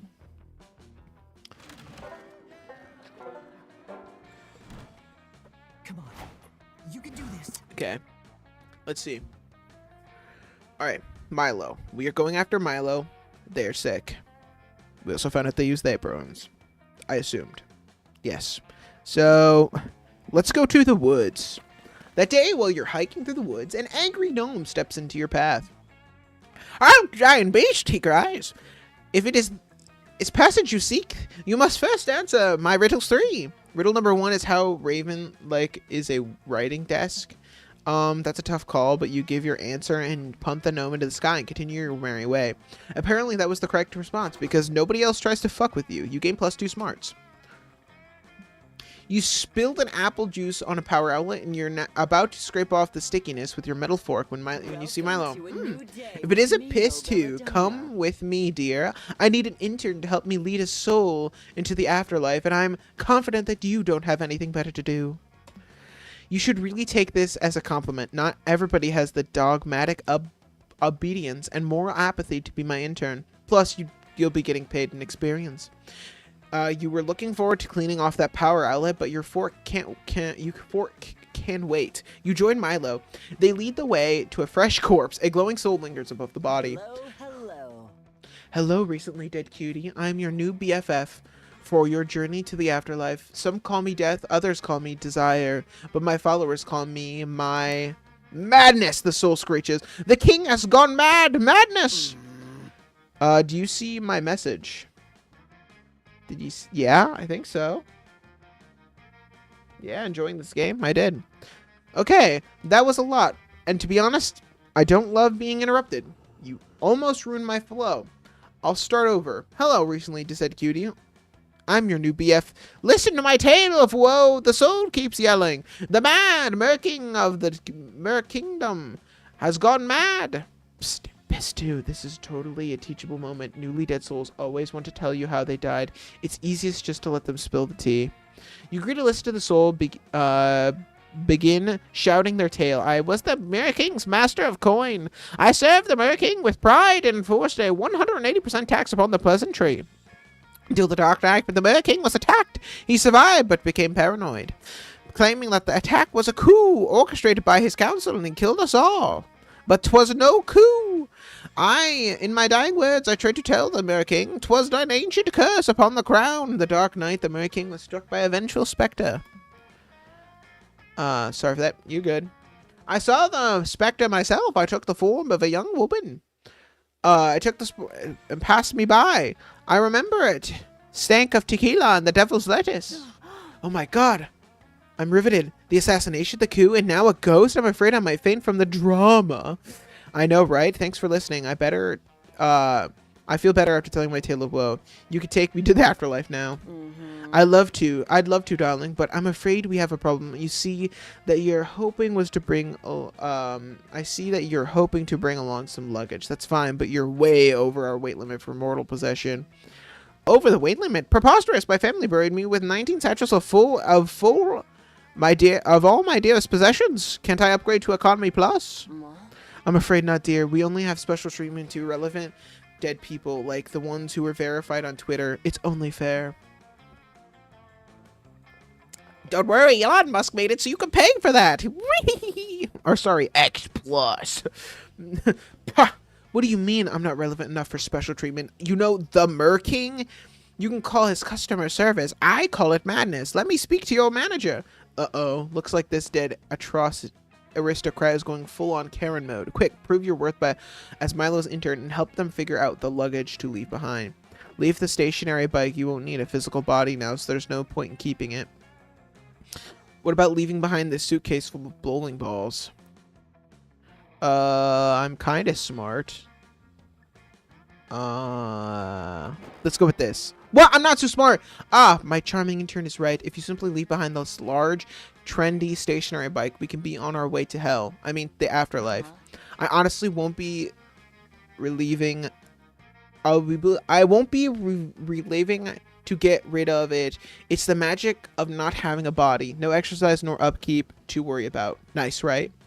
Puh, I can't tell that neither of you have ever been deep in the saddle of the stationary bike. This hallowed machine is not for toning your physical body. It's much more important. Stationary bikes are for toning your spirit. It's a way of life. The stationary bike reminds us that it's not where you're going. It's where you are in the presence. It's where you are in the present moment. Damn. Oh my god, babe, forgive me. I have no idea. That makes so much sense. Exactly. It's all about setting ambition goals for yourself to grow as a person. You'll challenge yourself each day to hit a higher cadence and resistance than the day before. And in the end, it hardly matters if you reach the goal, because you know as a true rider that tomorrow you will ride again, dead or alive. You will ride again. Oh. Uh-oh. Looks like Milo is totally distracted from your actually taking his soul to the afterlife. This is your first intern reap along, and you can't let it fail. You coldly remark the stationary bikes aren't that deep, plus you point out that the soul has 2 other bicycles in their luggage, and that they don't need the stationary one. Of course you wouldn't understand. You don't have the heart of a true rider, you hapless and incompetent peasant. You're right, Pistu clearly doesn't have an eye for the poetic, and that happens to be my primary qualification for my interns. You are fired, hater. Ouch, you leave in shame. You're heartbroken that you upset Milo. Plus, without that internship, your resume is a lot less impressive. You try a stationary bike class to gain perspective, but the instructor is too peppy. You have your allergic reaction and lose -2 creativity and -1 boldness. Guess we should have got rid of the bowling balls.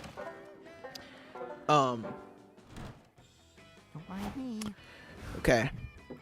Boom. You're looking for a spot to chill by the campfire. Then you see 2 beautiful angels. Oh, wait. That's just Delilah and Milo. Fancy meeting you Oh, here. Piss 2, come here. I'm giving Delilah a crash course in social media marketing. We could use a note taker. Oh, Delilah, I've completed an audit for your social feeds, and frankly, I've noticed a lot of room for improvement. Metaphorically speaking, you're still in a digital cocoon. And I'm going to feed you, metaphorically, leaves until you form a metaphorical chrysalis and emerge a metaphorical butterfly of new media.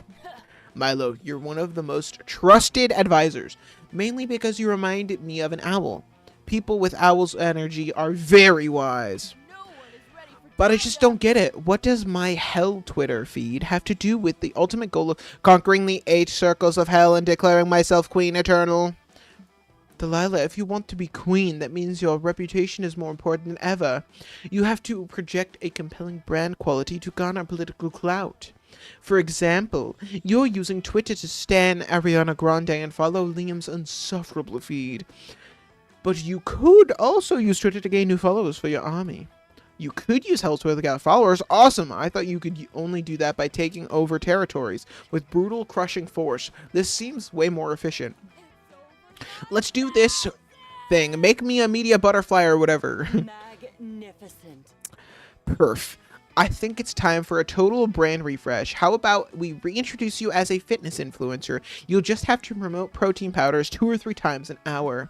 Nice, and I can post about my daily workout regimen, killing something bigger than me. I know I'm done when I'm holding a skull in my hand. That might be a little off-putting to some demographics. Remember, we want people to connect you with your brand. Maybe we can introduce a relatable hobby. Do you crochet? Yeah? How did you know that? I usually harvest their intestines of my defeated enemies and crochet nets, which I use to trap more of my enemies. Now that's relatable hashtag content. Okay, yikes. How about on a few levels? Yikes on a few levels. Maybe we should just focus on the basics. How about a regular live stream schedule for your fans can get to know you? Oh, live streaming. I love live streaming my enemies when, you stream the life out of someone. By slowly draining all of their blood, right? This is so awesome, Milo. I can't wait to pin my block list to my wall for some live streaming. Not only are these two not on the same page, they're not even on the same book, and Delilah's book is probably made of flesh. Time for a suggestion of your own. Dahlia's most mysterious and alluring trait is the silent H in her name. Start planting silent H's here, and there's no reason people will be caught off guard. Delilah's brand is intensity. From now on, only tweet in all caps. People will love it. This. Milo seems intrigued with your idea. You mentioned that you even planted the silent H in your off guard to prove your point. No, wait, did you really? I didn't even notice that silent H. It caught me off guard. Oh, that is fun. Wait a sec. Are you guys serious? My name has a silent H in it? Yeah, Dahlia. It's after the A and before the Leah. How could you not know that? I shall never be silenced, and neither shall my name. Oh no. From now on, I will declare that everyone will pronounce the H in my name. Never again shall the H be silent. Not to interrupt this passionate declaration, but I think it's kind of impossible to pronounce that H. The silent H is, well, very established grammatically. Ha! I did it again. Blasphemy! Nothing is impossible to me. Dahlia Aquino. Dahlia is definitely pronouncing the H in her name, but she doesn't use a typical H sound. Instead, she uses a guttural scream summoned directly from the depths of hell. Hearing the noise changes you forever. You feel the top layer of your brain cells evaporating, and a significant chunk of your sanity goes with them. You no longer can tell if any of this is real, or if you're actually trapped in a video game. Guess you'll never know. Oh, hell yeah! I'd say this is a huge improvement in my name, which is already a 10 out of 10, much like my face and body. It was deeply unsettling, Dahlia. I haven't heard a sound that interesting since I tried to reap an opera singer with strep throat. Ha! Thanks a lot for your help, Milo. Wow, and you, Piss too. Makes a pretty awesome team, huh? Dahlia leaves saying she has to email her bank about the new way to pronounce your name. Milo collapses onto your shoulder. As disturbing as that was, I must admit that I am impressed with your quick wit, Piss too. Want to go listen to an entire album on my phone with me? My ears are throbbing in a bad way and they're begging for something to cleanse my auditory palate. Some alone time with Milo? Damn, now your ears are throbbing in a good way. Score! Hell yeah, bring out your flask. Oh, take a gamble. We're a gambling man. We know this. Gamble, gamble, gamble, gamble, gamble. Mysterious box, so bold of you. Phobia shots. Hope you're happy with it. No refunds. Let's do some phobia shots. Yeah. You know they say if you can't overcome your fears, drink them. Cheers to you. Doing that surely bold. Let's do this. Holy shit, we have 12 bold. Hell yeah. Hope you can stomach that trick. Okay, we're going on track with Milo. Let's go! So many options. So many options. Let's go to the manor. The day in the haunted manor, you find a bunch of ghosts playing craps. They're terrible at gambling, but that's never stopped you before. You face off against the craps champions, slam of all your chips down on the table, and cry out, "I bet my immortal soul! Everyone gasps, and then someone says, "Dude, chill. We're just playing to have fun. Nobody's even betting real money." Oh, you're not supposed to. You're not used to such low stakes betting around camp. Honestly, it's a relief. You bet +2 boldness against the champion instead, and you win. Here's a little. You love more than. Here's little you love more. There's little you love more than loving on Milo. So it's so much fun to see how many other people are in the same love sick as you. The comments say the composition of your selfies is always so artistic. You should go into photography. And this person says you post the most inspirational quotes. Day equal made. This one says, hit me, how me you with the Reaper dick daddy. Well, assuming all Grim Reapers have dicks and / or identify as male is so a 14th century Europe. But I'm flattered with the sentiment. Love keeping my fandom hooked on my aesthetic and thirsty for all of me. Mix Belladonna. I was expecting to hear a conversation on owning your attractiveness, but being true to your identity and historical monster lore. But what do I find? Exactly the conversation you were describing, Camp Dictator Miss Weaving. No, you on your phone, as always. Probably making blog posts on your TikTok page. Camp Director Miss Weaving, maybe if you got a social media page of your own, you'd be able to better relate to your campers. And it really is the social hub. I don't want to hear it. I refuse to consider the possibility that online interactions could possibly help people form connections or express themselves on the grounds that I don't have the internet when I was your age. I am sick and tired of you campers burying your noses in your phone and when you could be living in the real world, performing real connections, doing real manual labor. As such, Mix Balanola, I am confiscating your phone. Oh, MX. Mix. Is that how you... I didn't know that. I'm confiscating your Instagram account until further notice. You just admitted you're not familiar with the internet, so let me tell you that's not how it works. You can't just confiscate someone's...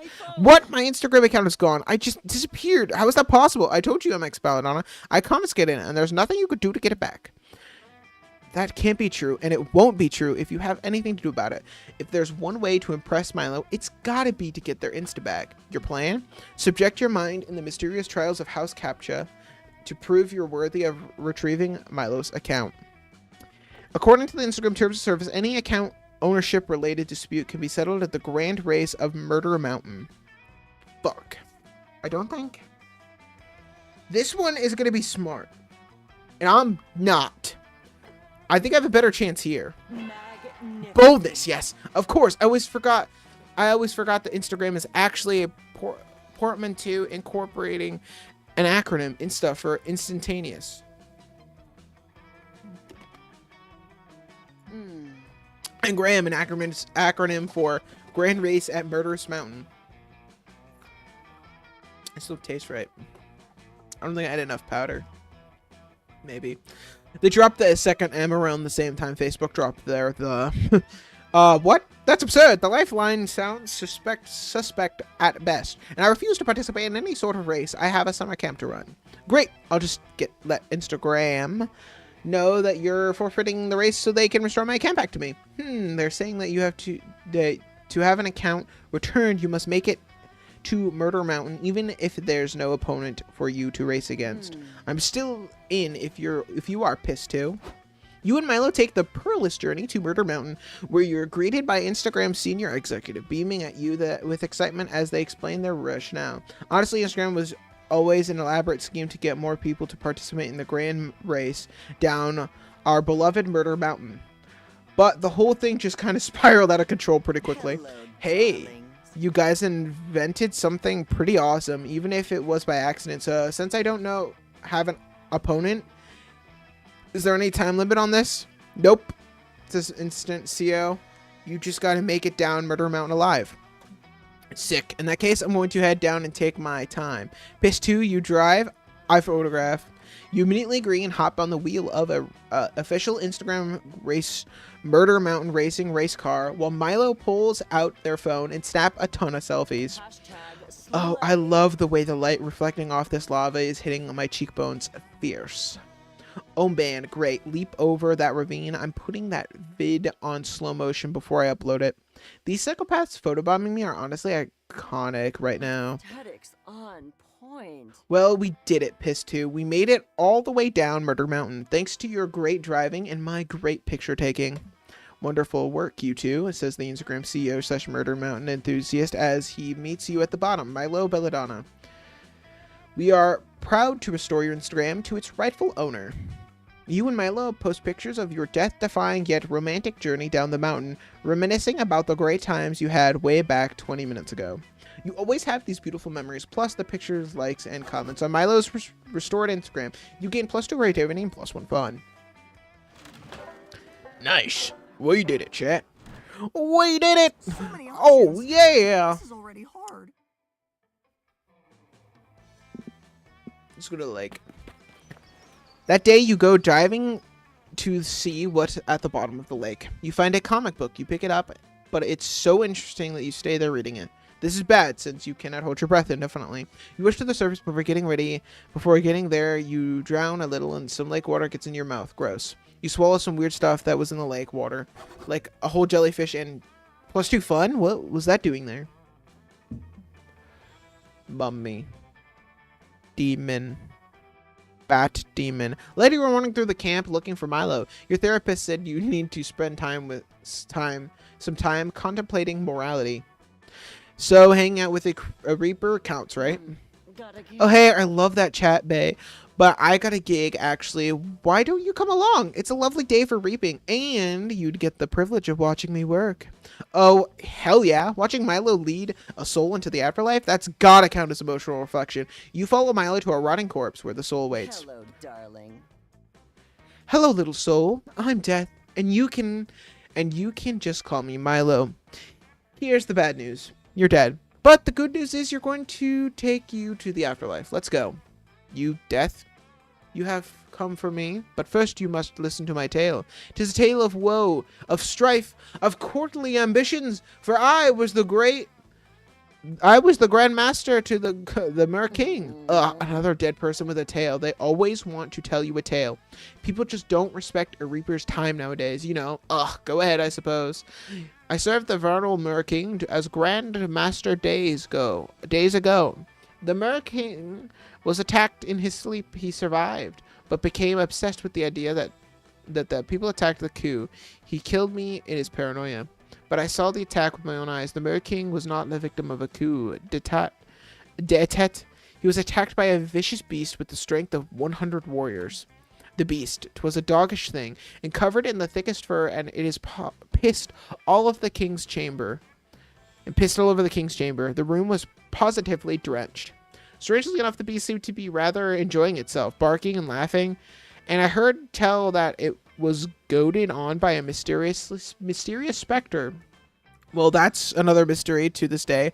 I wonder if, wait, are you even listening to me? This story is gripping. You should be paying attention. Of course I course I wasn't listening. The story was way beyond my attention span.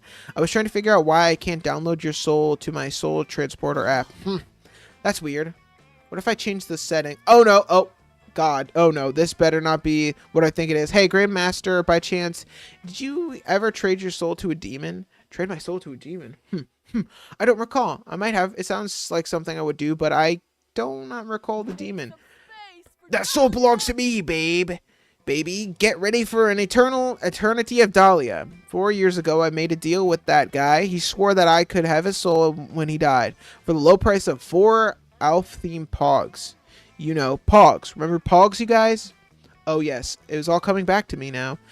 Great to see you again, Dahlia. I forgot I traded away my soul, but I never forgot those bitchin' Alf pogs. They were so sweet. Bah! Such nice pogs. I was entertained by them for like 4 weeks. Then the next trend came along and I forgot about them. But it was totally worth trading my soul. Oh my god, the shenanigans. I could barely cope, Dahlia. I need you to relinquish the soul so I can take it to the afterlife. I refuse to let this affect my rating. Sorry, Malo. I traded it 4 whole pogs for that soul. I'm not giving up unless you give me something better. I'm making a soul army and he's going to be my first soldier. Shit, looks like Milo needs to wrestle his soul form from Dahlia's demonic grip. Bargain with Dahlia and get this sexy reaper the recently deceased soul that they deserve. Why worry about one pathetic little soul when you could trade it for an entire soul album? How about 20 Alf Pogs? Make it rain Pogs in here. Yes, 20 Alf Pogs. Piss 2. Are you serious? It's a deal. So you grab your collection of Alpogs out of your backpack. Dahlia smacks them excitedly and throws the Grandmaster's soul back to Milo. Wonderful. Thanks for trading, Dahlia. I'm pleased as a butterfly emerging from its chrysalis. And I didn't realize that you were such a big Alf fan. First off, fuck yeah, I'm a huge Alf fan. But this is actually a financial investment. The Pogs are black market is hella lucrative. You guys haven't heard? There's a whole underground economy that's entirely based off of Pogs. It's a totally unregulated market, and that's what makes it so much fun. It's cryptocurrency. And a specific type of Pog is important for determining its value. Alf Pogs are some of the highest value Pogs out there. Along with Star Trek The Next Generation Star Discs. Technically, the black market does consider human souls to be a type of Pog, but they're basically worthless currency. 20,000 human souls are usually worth about 1 Alf Pog. Dahlia, you're an absolutely inspired trader. I could listen to you talk about underground economies all day. This is basically ASMR for me. Hell yeah, I should go though. I want to liquidate these Pogs right now. The whole market's going crypto soon, and you never know what that'll do to the value of these babies. Sincerely, cannot believe how well that worked out. Let's finish this reaping gig. Okay. Milo pops the Grandmaster soul into their Yves Saint Laurent soul reaping tote, and you two enjoy a nice stroll while leading the soul to the afterlife. Since you helped them finish this gig so quickly, you two take the extra time to sit on a cliff and hold hands. It's romantic as fuck. This atmosphere, it's calming. Quite beautiful. I can feel myself blooming, you know. I'm happy as a peony in spring, and the sunset is particularly emotional today. Should do a collab. Thanks for your help with the gig, Piss 2. I know what I would have done if Dahlia had kept that soul, but you were right there, right when I needed you, weren't you? Suddenly, Milo dramatically grabs your face with both hands. They stare deep into your eyes. You can feel your soul quaking. Listen, Piss 2. I wouldn't trade your soul for all the Alf Pogs in the world. Whoa, if Milo thinks that your soul is worth more than 20 Alf Pogs, that's absolutely means something, right? You blush so hard that it gives you +2 boldness and +1 smarts. Hell yeah. We're doing pretty good with Milo. They're pretty awesome. You wander over to the campfire, hoping to peer pressure someone into making you a s'more when you find Milo and Alvard, Avery, and Hex. They're all gathered around with notebooks. Ugh, Piss 2, check it out. We're doing poetry. It's like normal sentences, but deep.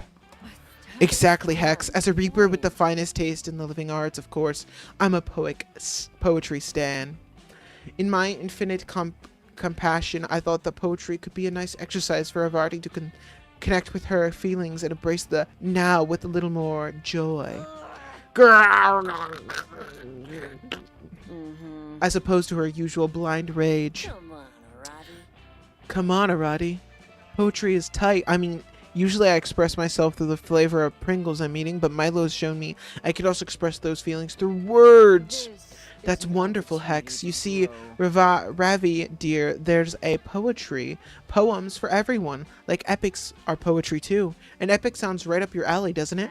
I just don't really get it. I mean, my grandmother used to read all the I don't know what that is. When I was a kid, the one was cool, and it might count as epic, I guess. And I'm trying to put my feelings into this poem, but the only feeling I have is a deep desire to win. You have a desire to win. What do you want to win? The battle against your own vulnerability? No, you doof. I want to win the poetry, obviously. Avari, that's not a competition. Poetry is the opposite of competition. You're insulting Sylvia Plath by implying otherwise. As usual, Milo's just lying to my face so they can get an advantage in this poetry battle. Nice try, Milo. That trick won't work on me. Besides, I told you this over and over and over. Everything is a competition. Everything? What about, I don't know, sleeping? Yes, it is. It's a competition for you to get the most of it. Or you can do a challenge to see who can survive on the least sleep possible. Well, what about you? About yoga? A competition for who's the most bendy and sweaty, duh. Wait, you guys listen to this poem? I just wrote bagels. They used to be everywhere, but now they're inside me.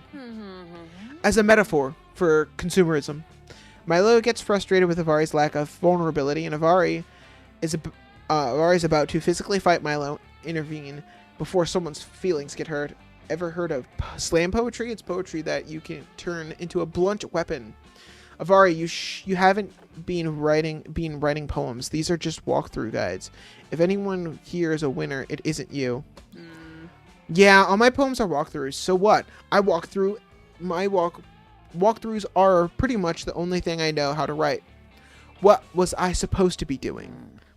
Good observation, Pistu. Maybe that's the issue. Avari, poems aren't supposed to be detailed guides to dungeons.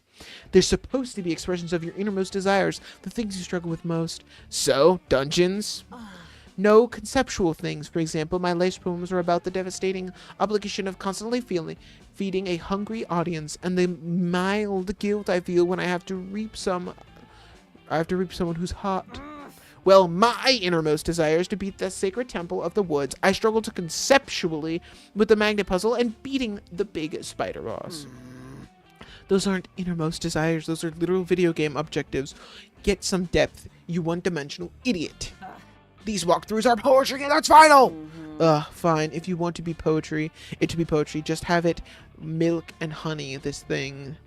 Put a bunch of unnecessary line breaks and punctuation in there, and we'll call it a day. Fine, maybe I will. Fuck, I love milk and honey. It's my all-time favorite Pringle flavor. Ew, what the fuck? Oh, ew, dude. Milk. After a few minutes of inserting random punctuation through her walkthrough, Avari lets Milo take a look at her poem. My god, Avari, these poems are genius. They're exactly the sort of fake deep that'll resonate with my 14 to 17-year-old emotionally compromised demographic. Honestly, I struggle to appeal to the demographic at times. It's hard for me to relate to their emotional desperation. And now I have a whole book of poems they're going to love. I suppose I should thank you, Avari. You're welcome, I guess. And I should thank you too, Pistu. I don't know why, but somehow I feel you're responsible for how this all played out. Milo seems pleased, and it could just be the fairlight hitting your contours perfectly. Either way, you're happy. Bring out the flask, boy. Gamble, gamble, gamble.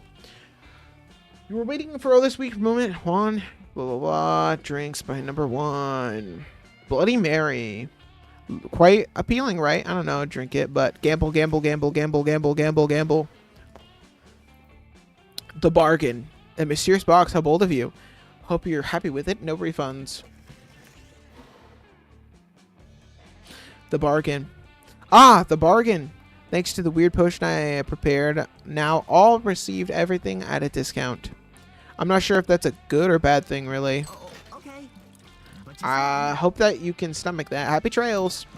I didn't know there was a store to buy things. That's a thing. That just happened. Eep.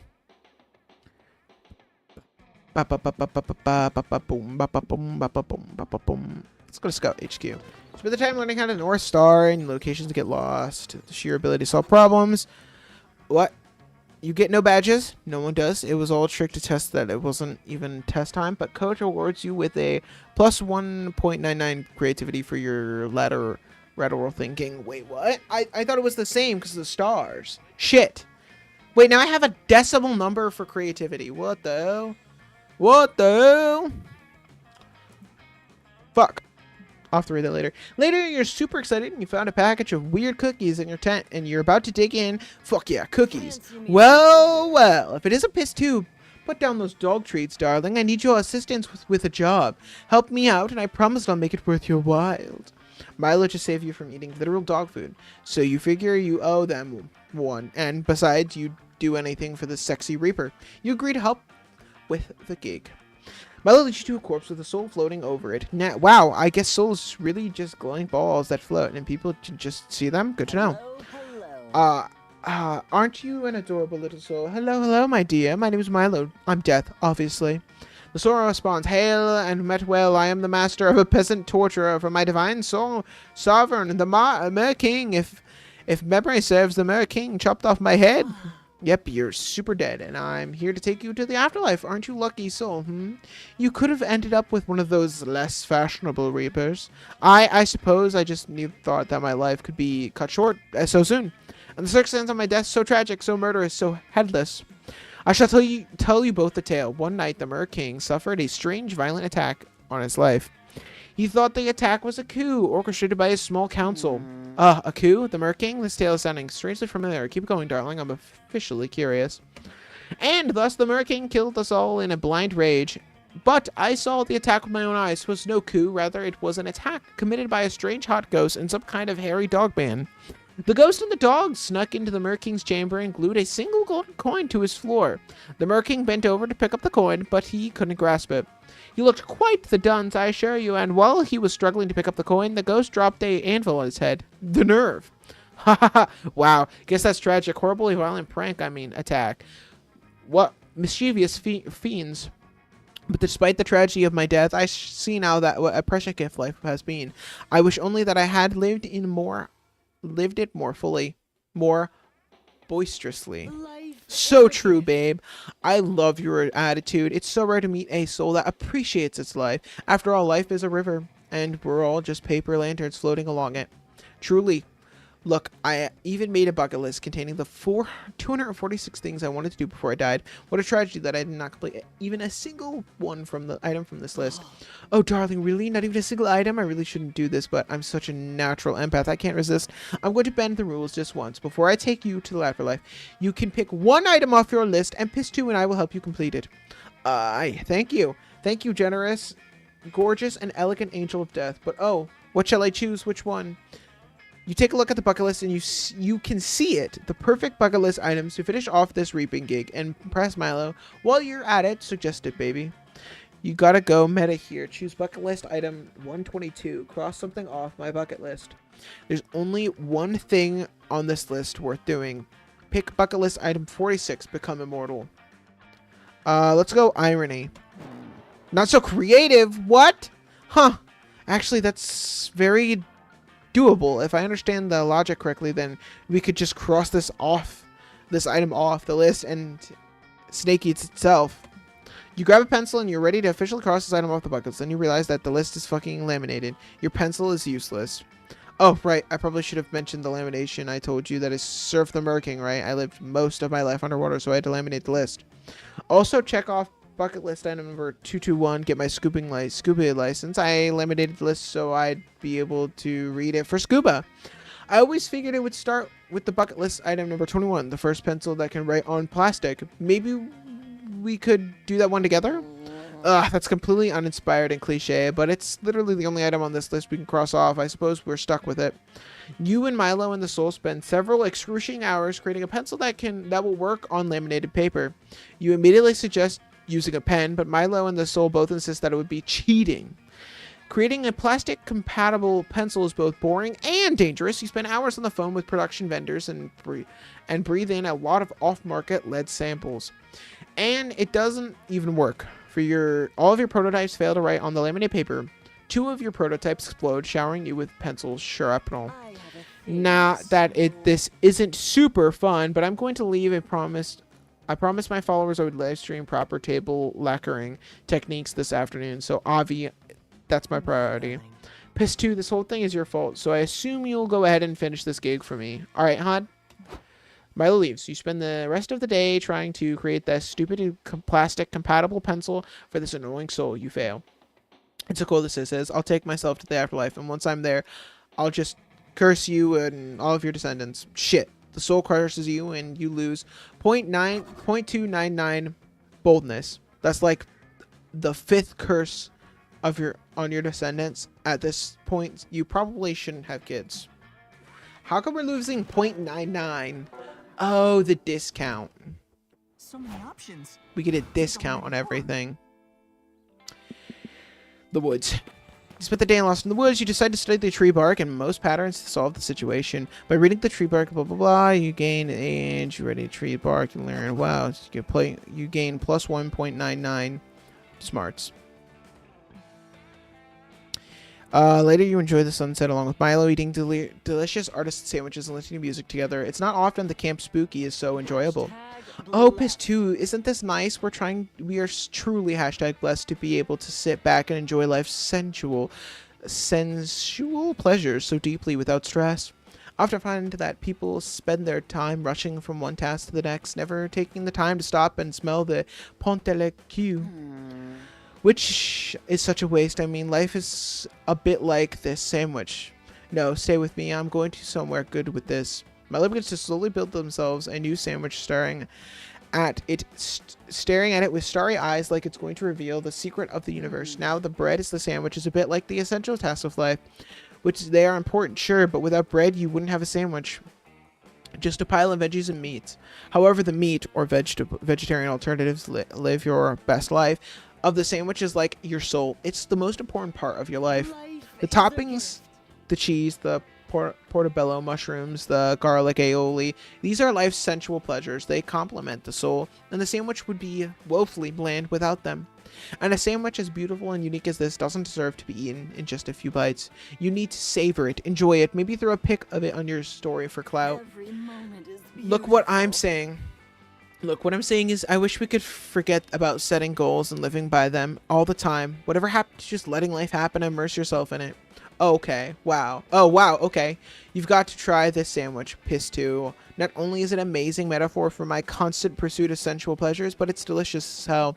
Holy shit, this sandwich is incredible, but you're sure you can impress Milo with something better than a Reuben? It's clear they love life's sensual pleasures, but what pleasure would they love most of all? Mindful meditation. It is curating the cheese palette of the soul. Eating ass. Yes, such a bold artistic choice. It makes a true connoisseur of life sensual delights to appreciate the complex cardinal art of eating good ass. I'm a bit of an expert in the art form. Can't call me pedantic, but I love studying the different ass eating traditions and schools of thought. My fascination first began in the table manners period, when it was common to eat ass with a 3-pronged fork, such as an archaic form of foreplay. Purists still say that the most ass-worthy eating is neoclassical ass. It's an ancient Greek technique, bold strokes of the tongue, but not without attention to detail. As for me, I am more of a romantic. Specifically, I prefer the romantic school of ass eating. It's called post-Renaissansic approach, focused more on the nature and breadth of emotions. But I don't wish to be seen as a genre phobe. Every era has its value, and I'm not yet sure how I feel about the millennials' fascination with the dadist approach, however. Oh, my apologies, I've been rambling. I was such a overcome with the beauty and delicacy of eating ass, such a pleasant experience for most exquisite palates. I do have your style Piss 2, though I am not sure if you could handle my ass eating techniques yet, but maybe someday soon. I did not expect it to go that way, I'm not gonna lie, but I saw the prompt and I had to seize the moment. You see, I've been developing my own ass-eating technique for years, the belladonna anal cartwheel. You'll love it. First, I'll begin with a lump of wet clay. Who knew your art history would it be so damn sexy, and you and Milo discuss culinary masterpieces well into the night, and you gain plus 1.99 creativity and 0.99 charm. Math. The last day of summer is here. Okay, who are we going for? Obviously, none of them. We're going for Milo. Yes. All right. Okay, who we get? You finally gather the courage and ask your beloved to watch the meteor shower with you. The two of us a summer fling, but piss too. You see, dating is like a pairing wine and food. I'm like a Pinot Grigio. Light, refreshing, and some would say intoxicating. It pairs great with shellfish. And you, are you shellfish? I don't know. Aren't you more like maybe a corn dog? So I gotta pass. I'm sure you understand, but I really hope that one day you'll find your own cheap off-brand soda.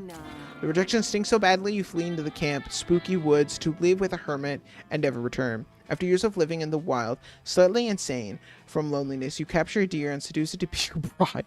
Your dear wife lives with you, and you make it work for some time, but she grows tired of you eventually. Something about you crying every night about how you got rejected at summer camp. She ends up filing for divorce. That silly pun is the only thing that makes you smile during the rest of your life. Okay. I thought we did really well. I thought we did well. I mean, we fucked up too, but isn't that like stat choices? I don't know.